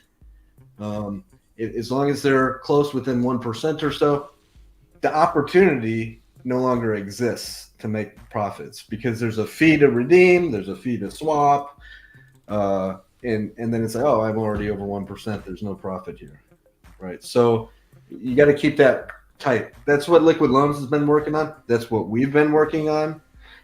How tight and what parameters does that little range need to be so the protocol can work smoothly and as intended without people taking advantage? Now, do you guys have your own scripts or smart contract for redemptions, or did you borrow that from Liquid Loans? No, it's part of the part of the fork from Liquidity. Excuse me. Yeah. Okay. And then so. All right, very good, man. I know, hard stop. I want to save you. Do what you got to do. Keep your promise, and thank you for keeping your word and working through and making this happen. So, an honor, a privilege, and doors always open, man. So, cool. Thank you, Jesse. Thank you. Peace. And then there was 2. Hey, how you doing? Can't complain, man. How about you, man? Living the dream, man. Living the dream. I think I'm gonna go snowboarding. I think I'm gonna take my daughter. We're gonna grab the skis and the snowboard. We got dumped on up in the mountains, and I gotta go hit some white pow, event and do some of that today. So good for you, dude. All today. So you're gonna take the evening here? Nice. Yeah. Shit, West Coast, dude. It's 1 o'clock. West Coast. I know. So, jeez, 4 o'clock here. Oh, it's getting dark. Oh, man. But yeah. Thanks for. Looks like you may have shared the stream out. I'm such a FNG. Just the other night, Wednesday, I was on the DGen roundtable, and good group of guys over there. Oh yeah, right. They're doing good stuff. Solid core. So I was a guest. So the roles were reversed, and one of my first times, and I'm like, oh shit, what's this button? I can share this on my YouTube. What? Like restream it on my shit. Like, so just seeing how to push buttons on both sides of things, and just continue to learn, right? It never stops. Stay uncomfortable, man. You got to stay uncomfortable. And that was a point of discussion. I started talking about, living life in condition yellow and sitting with your back against the wall and, facing the entrance and blah, blah, blah. And then because they have a couple other guys on there, I'm going to have Chocolate Taint on next Wednesday. And he's a 2-time, I think it was Iraq veteran. And so going to have him on. And Brother Casey, what's up? Losing my train of thought. But we were talking about the uncomfortability, right? And to your point earlier about living in a first world country, and a lot of people don't want to push themselves. People don't want to elevate their heart rate. People don't want to break a sweat. It's one of those things, and I think people need to. I don't know how you would feel about this, but I think in this country, to develop some patriotism, that people should have to work 2 years community service, whether it's military or the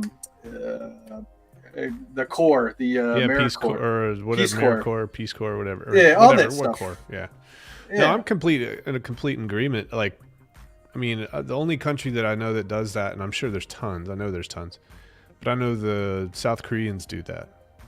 So you have to have 2 years of mandatory civil service. But yeah, dude, I completely agree. I think that would help out a lot of things. We are just so soft. We're so soft, and because we've done such a good job at creating a material, like from a material standpoint, a very high quality of life, and it continues to accelerate, but our brains want us to be comfortable. Brains don't want us to hurt. We don't need to, so we're not going to go search for it. But that's going to be a huge problem, man. We're so many generations removed from hard people, and we need that back. And the unfortunate truth is, the only thing that's going to usher that back is probably catastrophe, I think, to bind everybody back together and work together. And in the past, history shows us that has a national tragedy, for a short period, unfortunately, brings and unifies the country together for a period of time. It's short-lived, unfortunately, but it's sad that it takes that experience for everybody to do that. And with all that being said, like, there's a lot of SF special forces guys rotating back to the world, and they're starting their own companies, whether it's a brewery or like Mike Glover is one with Fieldcraft Survival, just offering different training. Like, people need to get out there. People need to understand 0 to 5 feet ground fighting, because you're out in the street and you're running your mouth, and the first thing you may trip and fall and end up rolling on the ground. So maybe a little MMA experience, jiu-jitsu, whatever, you should be comfortable. A lot of us, I was a wrestler for about a decade, so you got to get comfortable getting tight, tying it up and rolling on the ground. Yeah, that's like, so with my son, for example, he's 6 years old, but from the age that he could, dude, I was already like roughhousing him more than most children. And I'd be on the playground and really just picking him up and slamming him down, and he'd break a tear because his brain couldn't handle the acceleration of gravity for some reason. I don't know. Wow, but I'd quickly, like, my wife would rush over to come pick him up, and I'm like, no, hold on. And I tell him, hey, get up, come on, buddy, come on. Yes. And as he got older, got him into wrestling recently within the past 6 to 8 months. Good, and man. that was a big shock for him as a 6-year-old. If you have a woman raising your 6-year-old as compared to a man that's raising a 6-year-old, it's a different thing. Yes. And she wants to nurture him, and I understand that, but I don't think we should hang out too long in our young years. My goal is to get him to a point where he can be a productive member of society. Yes. And he knows what it feels like to take a punch or get a black eye or have your nose broke or take one in the mouth, have a tooth pop out, or get slammed by somebody on a wrestling mat. Yeah. Because these things are important. If that's your difficult, then anything in the office is going to be easy, right? Anything anywhere else is going to be easy. So yeah, I do believe in testosterone. I do believe in men showing their violence in a playful way. I do believe in getting roughed up. I believe in all these things, and sometimes I talk to my kid harsh when he does dumb things, and it freaks people out around me. But I think that we're going to need that in his generation more than any generation probably in the past 100 years. We're going to need people that have a freaking backbone, dude, and you got to get the backbone that way. You got to. Yeah, I mean, and so that leads us to alpha males. I mean, we need more alpha males in this world in general. I think it's even the beta males back in the. Yeah. I mean, if you insulted my wife on the street, even the guys that didn't want to, they were like, "Well, I got to go over there and punch him. I got to go over there and say something." But that's gone, man. That's gone. Yeah. It's all gone. So the days of it, well, man, because I grew up in the Chicagoland area and shit, and like, man, like, you looking at my woman, like, it just all the pounding your chest, this, that, yeah, and just, and it's dangerous nowadays too, because everybody's gonna shoot you. Yeah, that's the problem too. Like, you can't play by the same rules. So, but at the same time, you can condition yourself in a in a padded scenario to understand how to operate. Yes, I agreed 1000%, man. So we'll work on that. And I do the same thing with my daughter. Nom, what's up, brother? I'm good. Yeah, thanks for hitting up on Twitch, man. You and Cryptomatic, you guys are just killing it, doing your part, spreading the good word and grinding. You guys grind. So thank you for just what you guys do on the community on that side, on the Twitch house. So thank you for spotting this. Yeah, appreciate you and love you, man. I'll be in touch, man. What was I talking about? But anyways, we're talking about the your alpha daughter. males. Your daughter. Yeah, my daughter. So my daughter, I roughhouse with my daughter as well. Believe in tough love. I hear you. It's a fine balance between nurturing and tough love, and with my kids, you know, I want to try to expose them to a little bit of everything.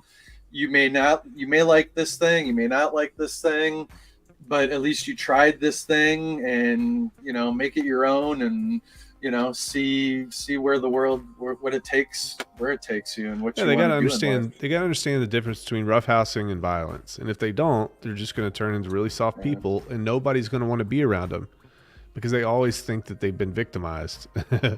And kids, dude, kids are rough. I mean, I didn't realize how rough they were until I was taking a step back and looking at my son play with a bunch of kids at like a high school football game. They all like they roll in packs of 40 deep and they just maul each other. I was like, gosh, they're brutal little gremlins, man. I call them crotch goblins. I love that. That is awesome, man. Holy shit, crotch grub. My kid is not equal to me either, and I think that's a big thing. Everybody wants their kid to be equal to them, and you can't go. I don't think you can say that to children, man. Get out of there. Yeah, you gotta be your own person, be your own man. But like with wrestling, it installed a confidence. I was missing confidence in my life growing up. I grew up with a single mother, and my brother's 7 years older than me. So he was kind of, you know, being that young, that's a big difference. Like he's off doing his thing, wasn't around much, you know, to be, you know, whatever. But he got me into wrestling. So I started wrestling at 6th grade, and I am forever, you know, thankful and grateful that I went down that road. Because it helped install confidence and to stand up for myself and not back down from bullies and shit. Dude, it's like so I boxed. I got into boxing because my grandfather, he was a boxer in the army, and when he was in Korea, like the Korean War, that time frame. So I really looked up to him, and he passed away when I was about 10 or 12, but then, you know, I was like, my grandfather boxed. I'd love to try it. He'd always tell me these stories about him getting his ass beat. And he would be like, yeah, I was just doing real well. And I was like 6-0. And then some guy came out from Ohio. It was always from like, he drove from Ohio, man. And he's Golden Gloves champion, 6-time, blah, blah. And he just wrecked me. But I got into boxing and I got my ass beat. But here's what it did. Before boxing, I was always looking for a fight to prove myself. To prove to everybody around me who I was. I was very insecure, and I was just I was a hothead. And then after boxing, dude, I was fine to avoid it at all costs if I needed to.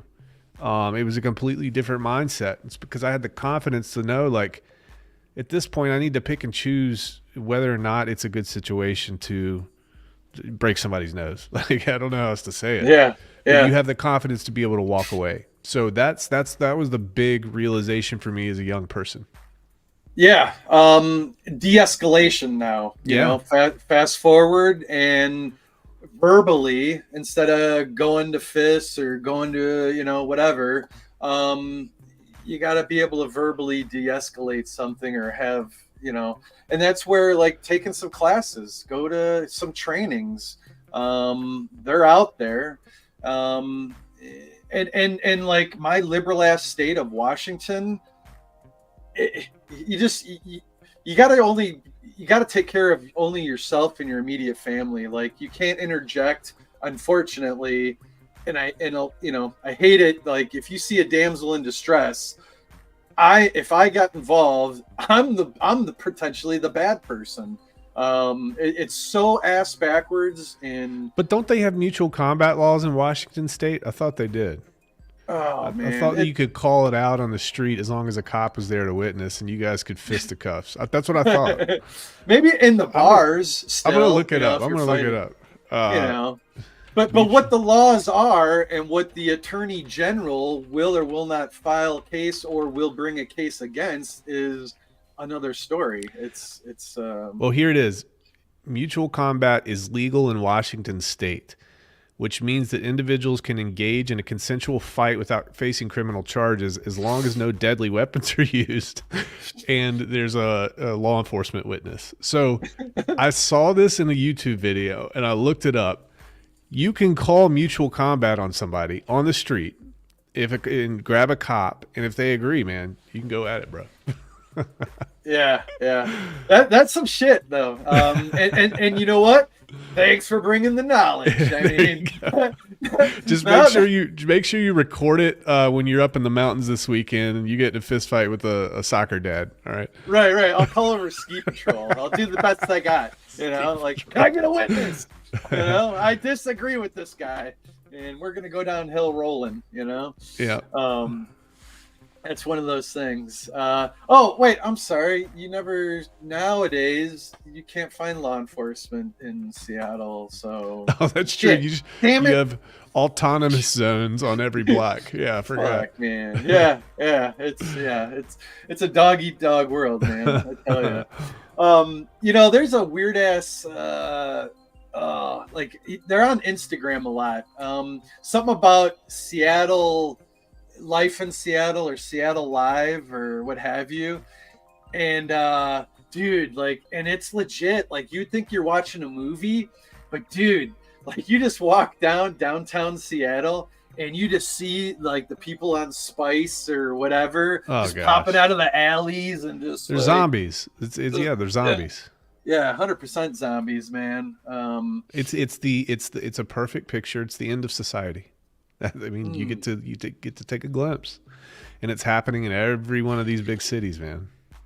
Yeah, it is truly crazy. It's a crazy world we are living in, that's for sure. And then, so speaking back to the training and whatnot, now there is a bill. I think it's out for comments on the Senate floor. Uh-huh. I know I posted it on the Vets and Crypto side, that if for firearms training, if 3 or more individuals get together, it's against the law, or basically, good people are becoming felons. Like, just once again, they're just nitpicking around the Constitution, that piece of paper that they want so badly to disappear.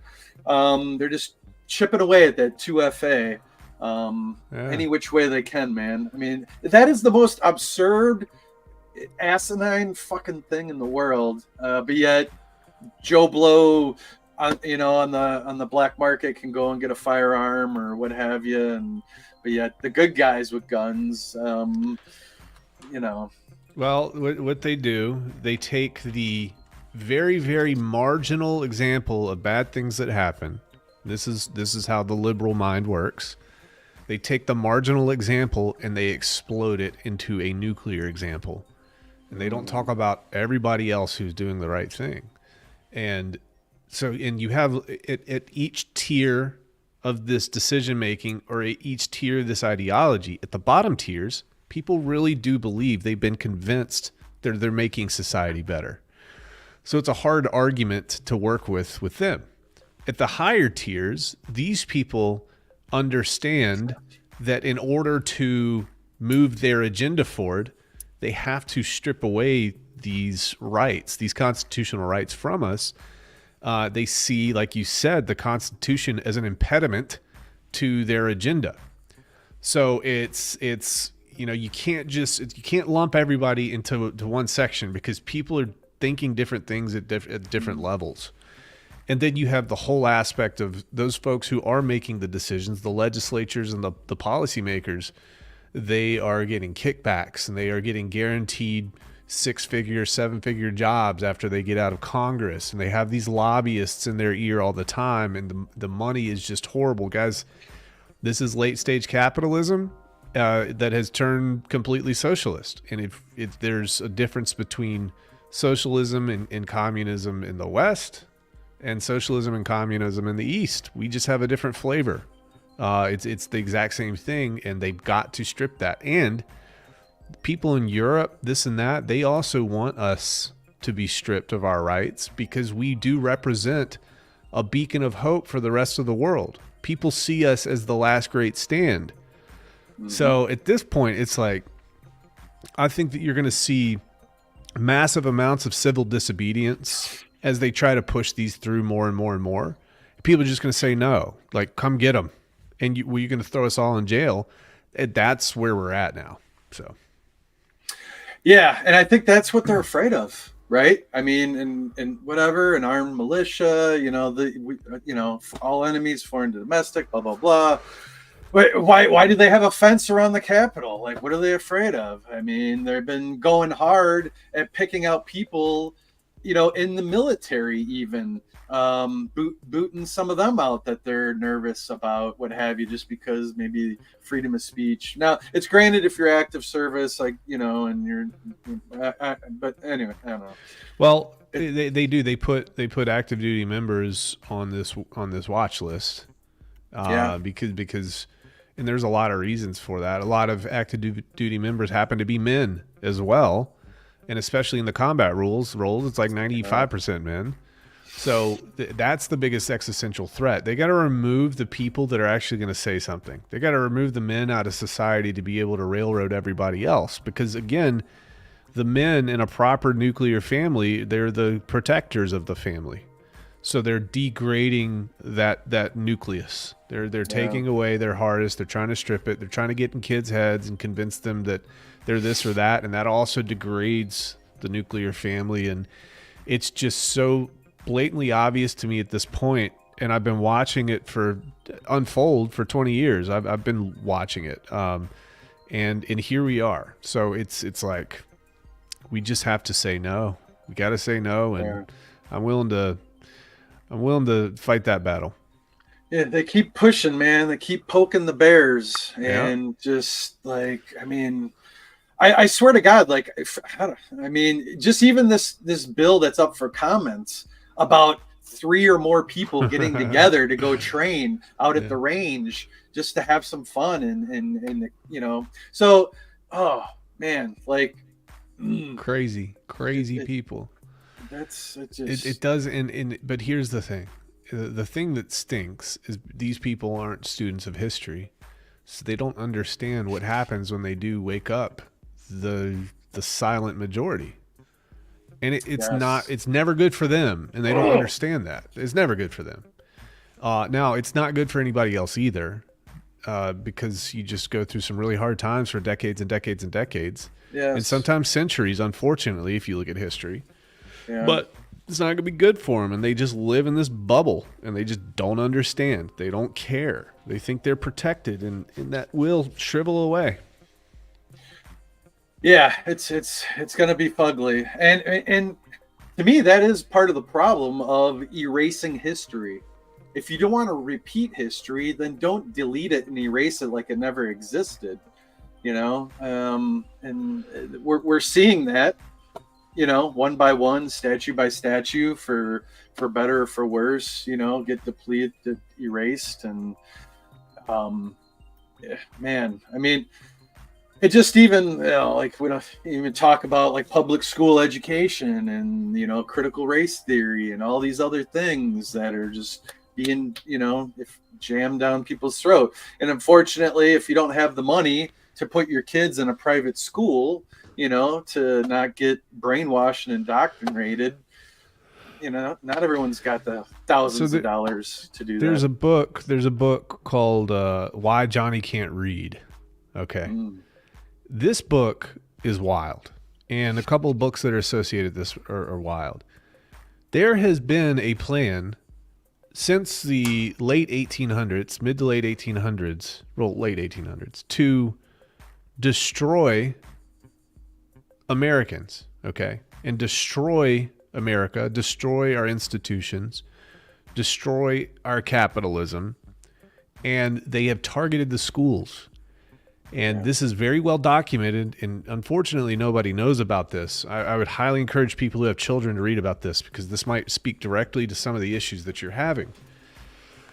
So a bunch of psychiatrists and psychologists who happen to be communists and socialists in the late 1800s got together and said, hey, listen, we're not going to be able to compete with America head on. What we have to do is we have to destroy children's minds over decades and decades and decades to bring America to its knees in 100 years.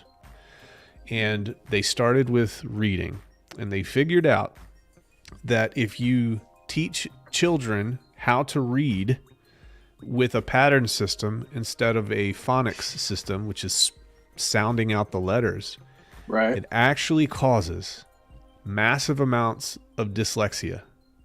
It actually causes learning disabilities. It actually causes the inability for people to add and subtract. And it's because they're trying to teach your brain to do an analytical way of thinking with the wrong part of your brain. So here's an example. And some people might be able to attest to this who have small children. You're reading, your homework comes home with your child, and they're reading a word. And let's say that the word is start, S-T-A-R-T. And they're going through and they're reading, and then they say, oh, that, and you get to the word start, and they don't even flinch, and they say slam. They're like, slam? What do you mean? Sound it out. And you tell the kid to sound it out, and he doesn't know, or she doesn't know how to sound it out. And you're like, wait a minute, what are they teaching these kids in schools? They're teaching them a method of reading that makes them recognize the pattern of the word, but not learn how to actually sound the word out. This has been going on for the better part of, it was introduced into U.S. public schools in the 1950s. Ever since the 1950s, SAT scores have been going down precipitously. Yeah. The literacy rate in all the major schools is at about 6th grade to 8th grade is sitting 20% or under. And then the problem is this is very systemic in the way that it wires the brain to be able to comprehend these sorts of things. And then it feeds into mathematics. People don't know how to do simple algebra. There's no way in hell they could ever do a calculus course, geometry, trigonometry, statistics, things like that. And here's this is how insidious it is. How many kids hate reading? Why do they hate reading? It's because their reading comprehension is destroyed with this. They're using the wrong part of their brain, and then they get frustrated because they don't absorb the material. Critical thinking goes out the window. This is a huge problem. I recognize this with my child. He was coming home, and they were not teaching him how to sound the words out. And he was guessing based on the shape. He saw this thing that looked like a T, but it wasn't a T. It was an L or something like that. Wow. I had to take him out of school. I had read this book. I did a deep dive with all this material. I'm not even kidding you. Within 14 days, my 6-year-old is sounding out the word tranquility. Within 14 days, he's asking me, Daddy, can I read this book to you? Can I read this book to you? Can I read this book to you? And 14 days earlier, and this is not, I'm not trying to get attention here. I'm trying to tell people about this. Yeah. 14 days earlier, he comes home and he says, Daddy, I'm stupid. And I said, a 6-year-old coming home to tell me he's stupid because his teacher at school is getting on him because she hasn't taught him how to read properly? And this teacher's trying to like make insinuations that he needs to be on medication and this and that. I said, oh hell no. So it's so much worse than anybody out there imagines. And I'm just trying to get people to to learn about this. Maybe you have grandkids, and even here's what's crazy. You can fix it. People who are dyslexic, massive amounts of dyslexia, it has a lot to do with the way that they were taught to read, and you can fix this in a short amount of time. People can be rehabilitated. So it's crazy, dude. Wild. Wow. Yeah. Yeah, it's a thing. I mean, yeah. I mean, man, and that's why we need financial freedom. I mean, one of many reasons why, but like to take our lives back, Yeah. to better enrich our children, put them in places that we identify with, that we feel that they will have the upbringing that we want as their parents, and not one that we're subjected to by, you know, the public, what's available for public school, what have you. God, the struggle's real, man. It's crazy. It's real. 150 years ago, the average Joe, the standing man, the working man on a farm, had an average IQ probably 15 points higher than what we have today. Is that going the wrong direction? I would say absolutely. Are they trying to destroy books? Absolutely. Are trying to put garbage in the soft mush of our children's heads? Absolutely. And it's just time, man. It's time to say enough's enough, and let's actually read and figure out why. Anything that is sponsored by government activity when it comes to school systems, you have got to be super on point to make sure that you are keeping your child on track, because you will lose your child in a very small amount of time. Once they get old enough and they've been fed this garbage for so long, those kids turn on you. And that's by design. That's the state's design. And that's how they break the family up even more. Oh, bro. I don't even want to drop this. I mean, maybe, you know, you might have heard of it, but just like in Washington State, like the school, what is it? It has to do with like the Department of, you know, education of some sort, or children welfare Okay. department, DHS. Yeah. Like if somebody calls out that, okay, if a child, let's say whatever their age, a very young age, says that they supposedly identify as, dude, they are protected, you know, and they're not telling the parents that they're gonna, you know, go get them, you know, a sex change or whatever. Like, Yeah. where the fuck on earth is that even like? Like, you don't even know what you are, even in your early 20s. Like, you're still trying to figure shit out and blah blah blah. But let alone you're gonna allow somebody under the age of 18 to like. You're gonna help facilitate. Yeah, they don't let kids get tattoos at the age of 6, but they'll let them, or, you know, let's say not 6. Let's be realistic here. Maybe say like 11 or 12, Yeah, puberty time. yeah. But they'll let him go get his penis chopped off. That makes a lot of sense. Right? And how come now hospitals and facilities in these liberal cities and these left-leaning countries are actually marketing? Okay, you got to understand that these hospitals are, a lot of them are trying to make profit. They're for profit. Some are not.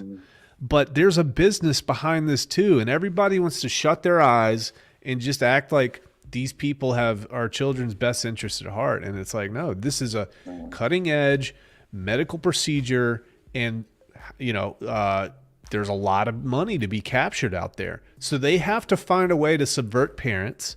They have to find a way not to show up in a big way in the public eye so they can go collect their dollars by screwing somebody for the rest of their life.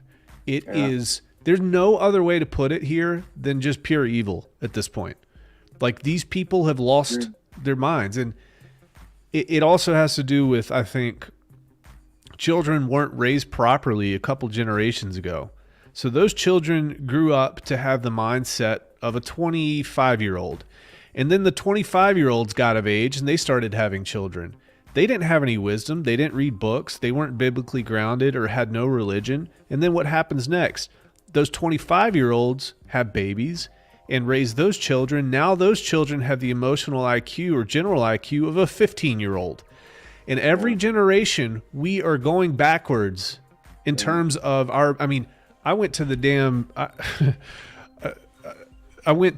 saw this, a I saw this conference that was in my local city, and it was just full of a bunch of 40 to 60-year-old men and women with furry outfits on, with Pikachu outfits on, and there were more adults than children at this thing. And it's just like everybody wants to hold on to their youth and their childhood, and they have no interest in becoming the adults that they could be and the leaders that they could be. And it's just so backwards, and it's so blatantly obvious to me how all this is going down. Yes. And then so obviously there's big mental health aspect, right? And that just messes everything and people up in general, more times than not. But yet, like in this state, they've closed down all the mental health facilities, and that's contributed to a lot of the homeless in my neck of the woods and whatnot. And it's made it like from a state problem to a first responder problem. Now they got to deal with them on the daily on the street. But now they just defunded all the police and took all those tools away, or reduced the capacity where they just drive by. You know, if you saw a zombie on the side of the street in downtown Seattle, the police would stop and like get them help, or put them in a 72-hour medical, or I forget what the term was, but you put somebody in that just needs a little break or whatever, put them in a padded room for a couple days, whatever, to figure some shit out. But now they just drive by. It's part of the norm. It's part of society's norm. Like, whose norm is that, bro? Like, you know how bad it is. East Coast, right? I'm in Appalachia right now. This buddy from high school who I grew up with and I'd run around with, and we do just dumb stuff, and we were drinking and carrying on, fighting and girls and all that. Okay, I get out of that situation and I go start my life. Well, you know, I meet up with this guy and he's wrecked. He's got meth face. He's picking, you know, scabs off his face from the smoke and doing all this stuff. And you know what that dude told me? He said, Brandon, I know you're not going to help me, but I'm going to ask you anyway. All I need you to do is to buy me a ticket to San Francisco. And I said, buy you a bus ticket to San Francisco? Why? He was like, because I can do heroin, and they give me clean needles and they give me clean heroin, and I can do it anytime I want. So people are making a pilgrimage from 2,500 miles away across to the West Coast because there's a safe haven for drug addicts. What? Are you freaking kidding me right now? Yeah. That's the world we live in, dude. 100%. And because they're enablers. And it's the whole West Coast, because it's contagious from California to Oregon to Washington State. But the sad part is, like, Washington State is such a beautiful state. I know. But yet you get that microcosm of Western Washington, that hub. But yet, unfortunately, they have the population and the numbers, you know, and it ruins it, you know, for the rest of them. But yet you go on the other side of the mountains, on the other side of the pass, and they're hardworking farm, you know, people, just trying to say, hey, keep that shit over there. We don't want it out here. We want to live our lives and have. And they don't realize nobody wants Trump, but the left doesn't realize why he's in the position that he's in. It's because of all the things that we're talking about, and there's not a politician that's running for president that really has the testicular fortitude to stand up and say, guys, we're not doing this. And you got to look the dragon in the eye and you say no. So Trump's been Trump paved that way. I think, you know, whether you like him or not, and whether what he's saying is truthful or not, he has one presidency under his belt. And Vivek, you know, that's up for discussion. But again, if you want really good argument, talking points, just look at all of Vivek's stuff, because he's sharp. Whether or not he's an actor, he's sharp, and he's got really very good well points. spoken. Yeah. He almost reminds me so much the way he speaks of, like, I dare say it, like an Obama, right? Like a silver tongue. Like, he's just good, and he's a good historian. He's even better though. Vivek's better, way better. Like, way he's better. He obviously. But because I always love how he references back. Like, he's studied a lot. Now, whether he'll probably go for a cabinet, or I know in the beginning he said if it's president or nothing, but if he's serious about getting into the game, like, you got to earn your stripes. Like, he's just not going to be able to jump in. Yeah, I think that from a political standpoint, not that I agree, I think he played his cards perfectly. He used the opportunity to run for president, to get his name out there, to get some really solid debates, to really show some people up, to press against the mainstream media. And then he knew that he wasn't going to beat Trump, and he bowed out at the right time. So I think that he's young enough to where he's gonna have a very interesting political career. Again, not an endorsement, because nothing changes regardless of who's president in terms of our financial situation or anything else. The system is running as it should, and it's stripping away our life force, election year after election year. So, yeah, the fleecing of America and Americans. I mean, are we just one big piggy bank? Like, yeah, we work for like every other, like, besides, like, we didn't even talk about the southern border and this and that, and just the round trips and all the money they're making just from that aspect of it. It's crazy. Absolutely, dude. It's gotten to so our economy is no longer attached to anything of value other than the production of its citizens. Fortunately, Americans do have one really good thing going for them, which is, for the most part, we are the hardest working people in the world. I can point to a lot of different things to prove that point. Mm-hmm. But the issue is the politicians and the folks on Wall Street, they are raping and pillaging that. They continue to extract more and more and more and more and more value from us, and they're not giving us anything in return. So that's a massive issue. And I thought that it was an extremely poignant situation when the Texas governor said, guys, enough is enough. Yeah. And then what happened immediately? 27 states said they were going to stand up for Texas and send resources or send people to the border. 27. Yeah. That's the biggest thing that didn't get reported. Okay. And that has to scare the hell out of people who really understand what's going on. Enough is enough. And that's guys, Texan token. You want to know why we're doing it? It's these conversations right here. And you can go out there as crypto bros and you can bust my balls all day and you can say it's a shit coin. You could do all this stuff. I don't care. I didn't do it because I cared about what you thought about this. I did it because it's actually attached to something that is real, that has value, that's going to move the world forward. I don't know if it's going to do it right now in a big way. It has already done it in a huge small way. Okay. But this is going to be around for a long time. And we have got to take what we know, take our skills, take our mindset, and apply it to fixing the problems of the world. And we're probably one of the first people to do that with crypto. So it's exciting for me. Yeah, for sure. Yeah. Hey, I wanted to give a shout out to Crypto King earlier. He was one of the, he was the first one that jumped into the veterans pool party on both Ethereum and Pulse Chain.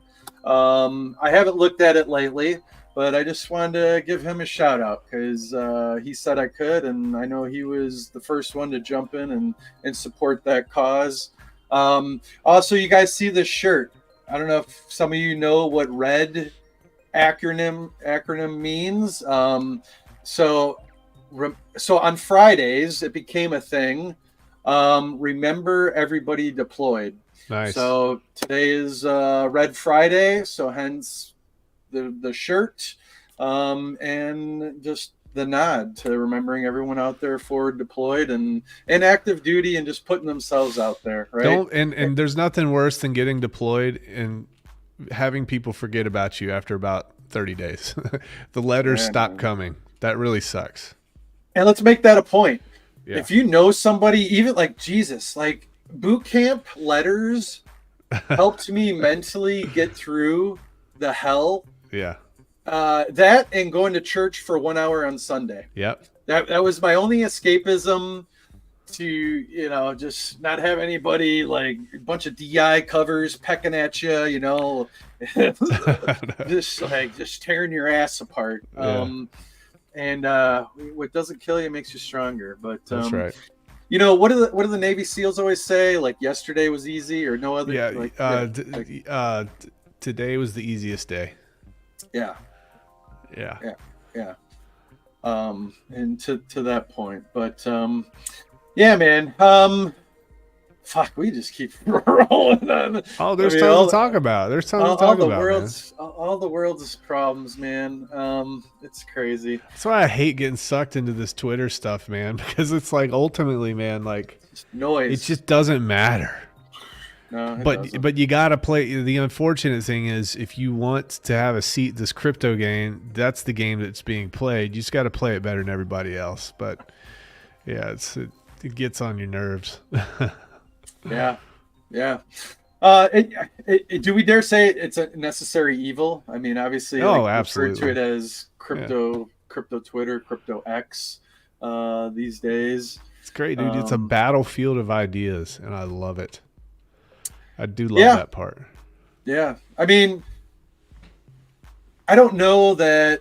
Well, I mean, I'll give it kudos and contribute to that's, where I've came across, maybe like the hexologist, when he was doing his thing, grinding on the daily, getting the word out on hex and everything. And then coming into Richard Hart, and going back and watching his streams. Isn't it crazy like how his videos still speak true to this day, coming back? I mean, you can go back and find alpha and learn so much. And it's just time will uncover whether or not somebody was being deceptive, and time is certainly on Richard Hart's side, because he, I hate hero worship, dude. I'm not that type of person. But I've got to give credit where credit's due. And time has shown that. And the guy is, I think he really, I don't know what his motivations are really, but I do know that they are benefiting the people who he seems to care about, which is his community. And massive amounts of respect for that. And I've tried to always give him a fair shake and be completely honest about how I feel. And I've had his back. I've had his back the whole time, man, and it's just getting more and more obvious to me. Yeah. Actions speak louder than words. Time tells all. Yeah. All of those things, all the good stuff come true. Yeah. But yeah, man, I appreciate your time. I won't keep you. Gotta save some juice, I guess, for another day, maybe, perhaps, and all that good stuff. Yeah, but dude. Man, just keep up the good fight. Everyone appreciates your passion, and we can, it comes across and we see it. And I like, what you stand for, and the message, your delivery of getting the word out there. It resonates with people, and people listen. Yeah. Well, same guys. Yeah. Well, same for you, man. You're building another connector on this web, and you're talking about the things that are important to you, and you seem very well grounded, and you've got, morals and values, and we just need more of that. So I encourage anybody in your chat to also, even if you're afraid to, it's worth speaking out, because we've been quiet for too long about these things. So yes, keep it up, man. The silent majority, right? Yes. Silent majority. Hey, so next week, guys, is the Pulse Chain Tour out in Vegas. If you haven't gotten your tickets, you might be SOL at this point. I don't know. At least on some of the events. You going, Rags? I'm not. I'm traveling somewhere else. Yep. Okay, no worries. I will be there. Nice. And I know quite a few other people are going to be there. We'll be there as well. So in real life meetups, man, I've been going to a few. I can't say enough. Like I've had the honor of meeting Rags at one time at a mansion party. We got a picture together to prove it in the white tuxedo. And, You're I think making a I think I name. saw that the other day. Actually, I was scrolling through Yeah. some of my pictures. And that's what it's about, man. So getting to understand people, know their context. So when you're in a Telegram group, you understand where they're coming from. It's not taken out of context. So greatly appreciate it. Please like and subscribe to both channels. Help everybody out. Pass the word along. So don't take your phone, don't take your hardware wallet. Don't do crypto in Vegas. Let alone if you got a burner phone, if you can do it, go out, because I know I lost my phone one time out there. But there are still some good people in the world, but still, it's not worth it. There are? What? Oh my God, did I say that? What? You did. That was crazy. Who knows? But all right, man, I'll take us out of here, and you guys stay safe. Have a great weekend, and let's see what button I got to push here for an outro here. Bang bang, peace. All right. First Saturday, Charges hey. ex-founder Richard Hart. Isn't it supposed to be on 2 feet?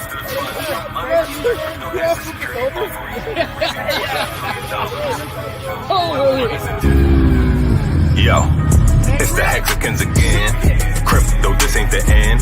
It's real life, not pretend. The code is what we defend. We some crypto junkies. Hex and pulse chain be comfy. The price action bananas. Chimpanzees, monks, make interest trust to sleep. How can I claim a loss? Hex and pulse chain, they didn't rug. Gary Gensler, we're the victims. I really think you just spreading some FUD. So tell me what this is about. Oh, you do anything for the clout? You are a joker, and I am dope, but that's just a fact. Full disclosure. So tell me what's next. You think Richard Hart's gonna run with the funds? I heard some info to say that, and to me, that sounds really dumb. But that's just me, and we will see. Hex is no company. I own my crypto, how it should be.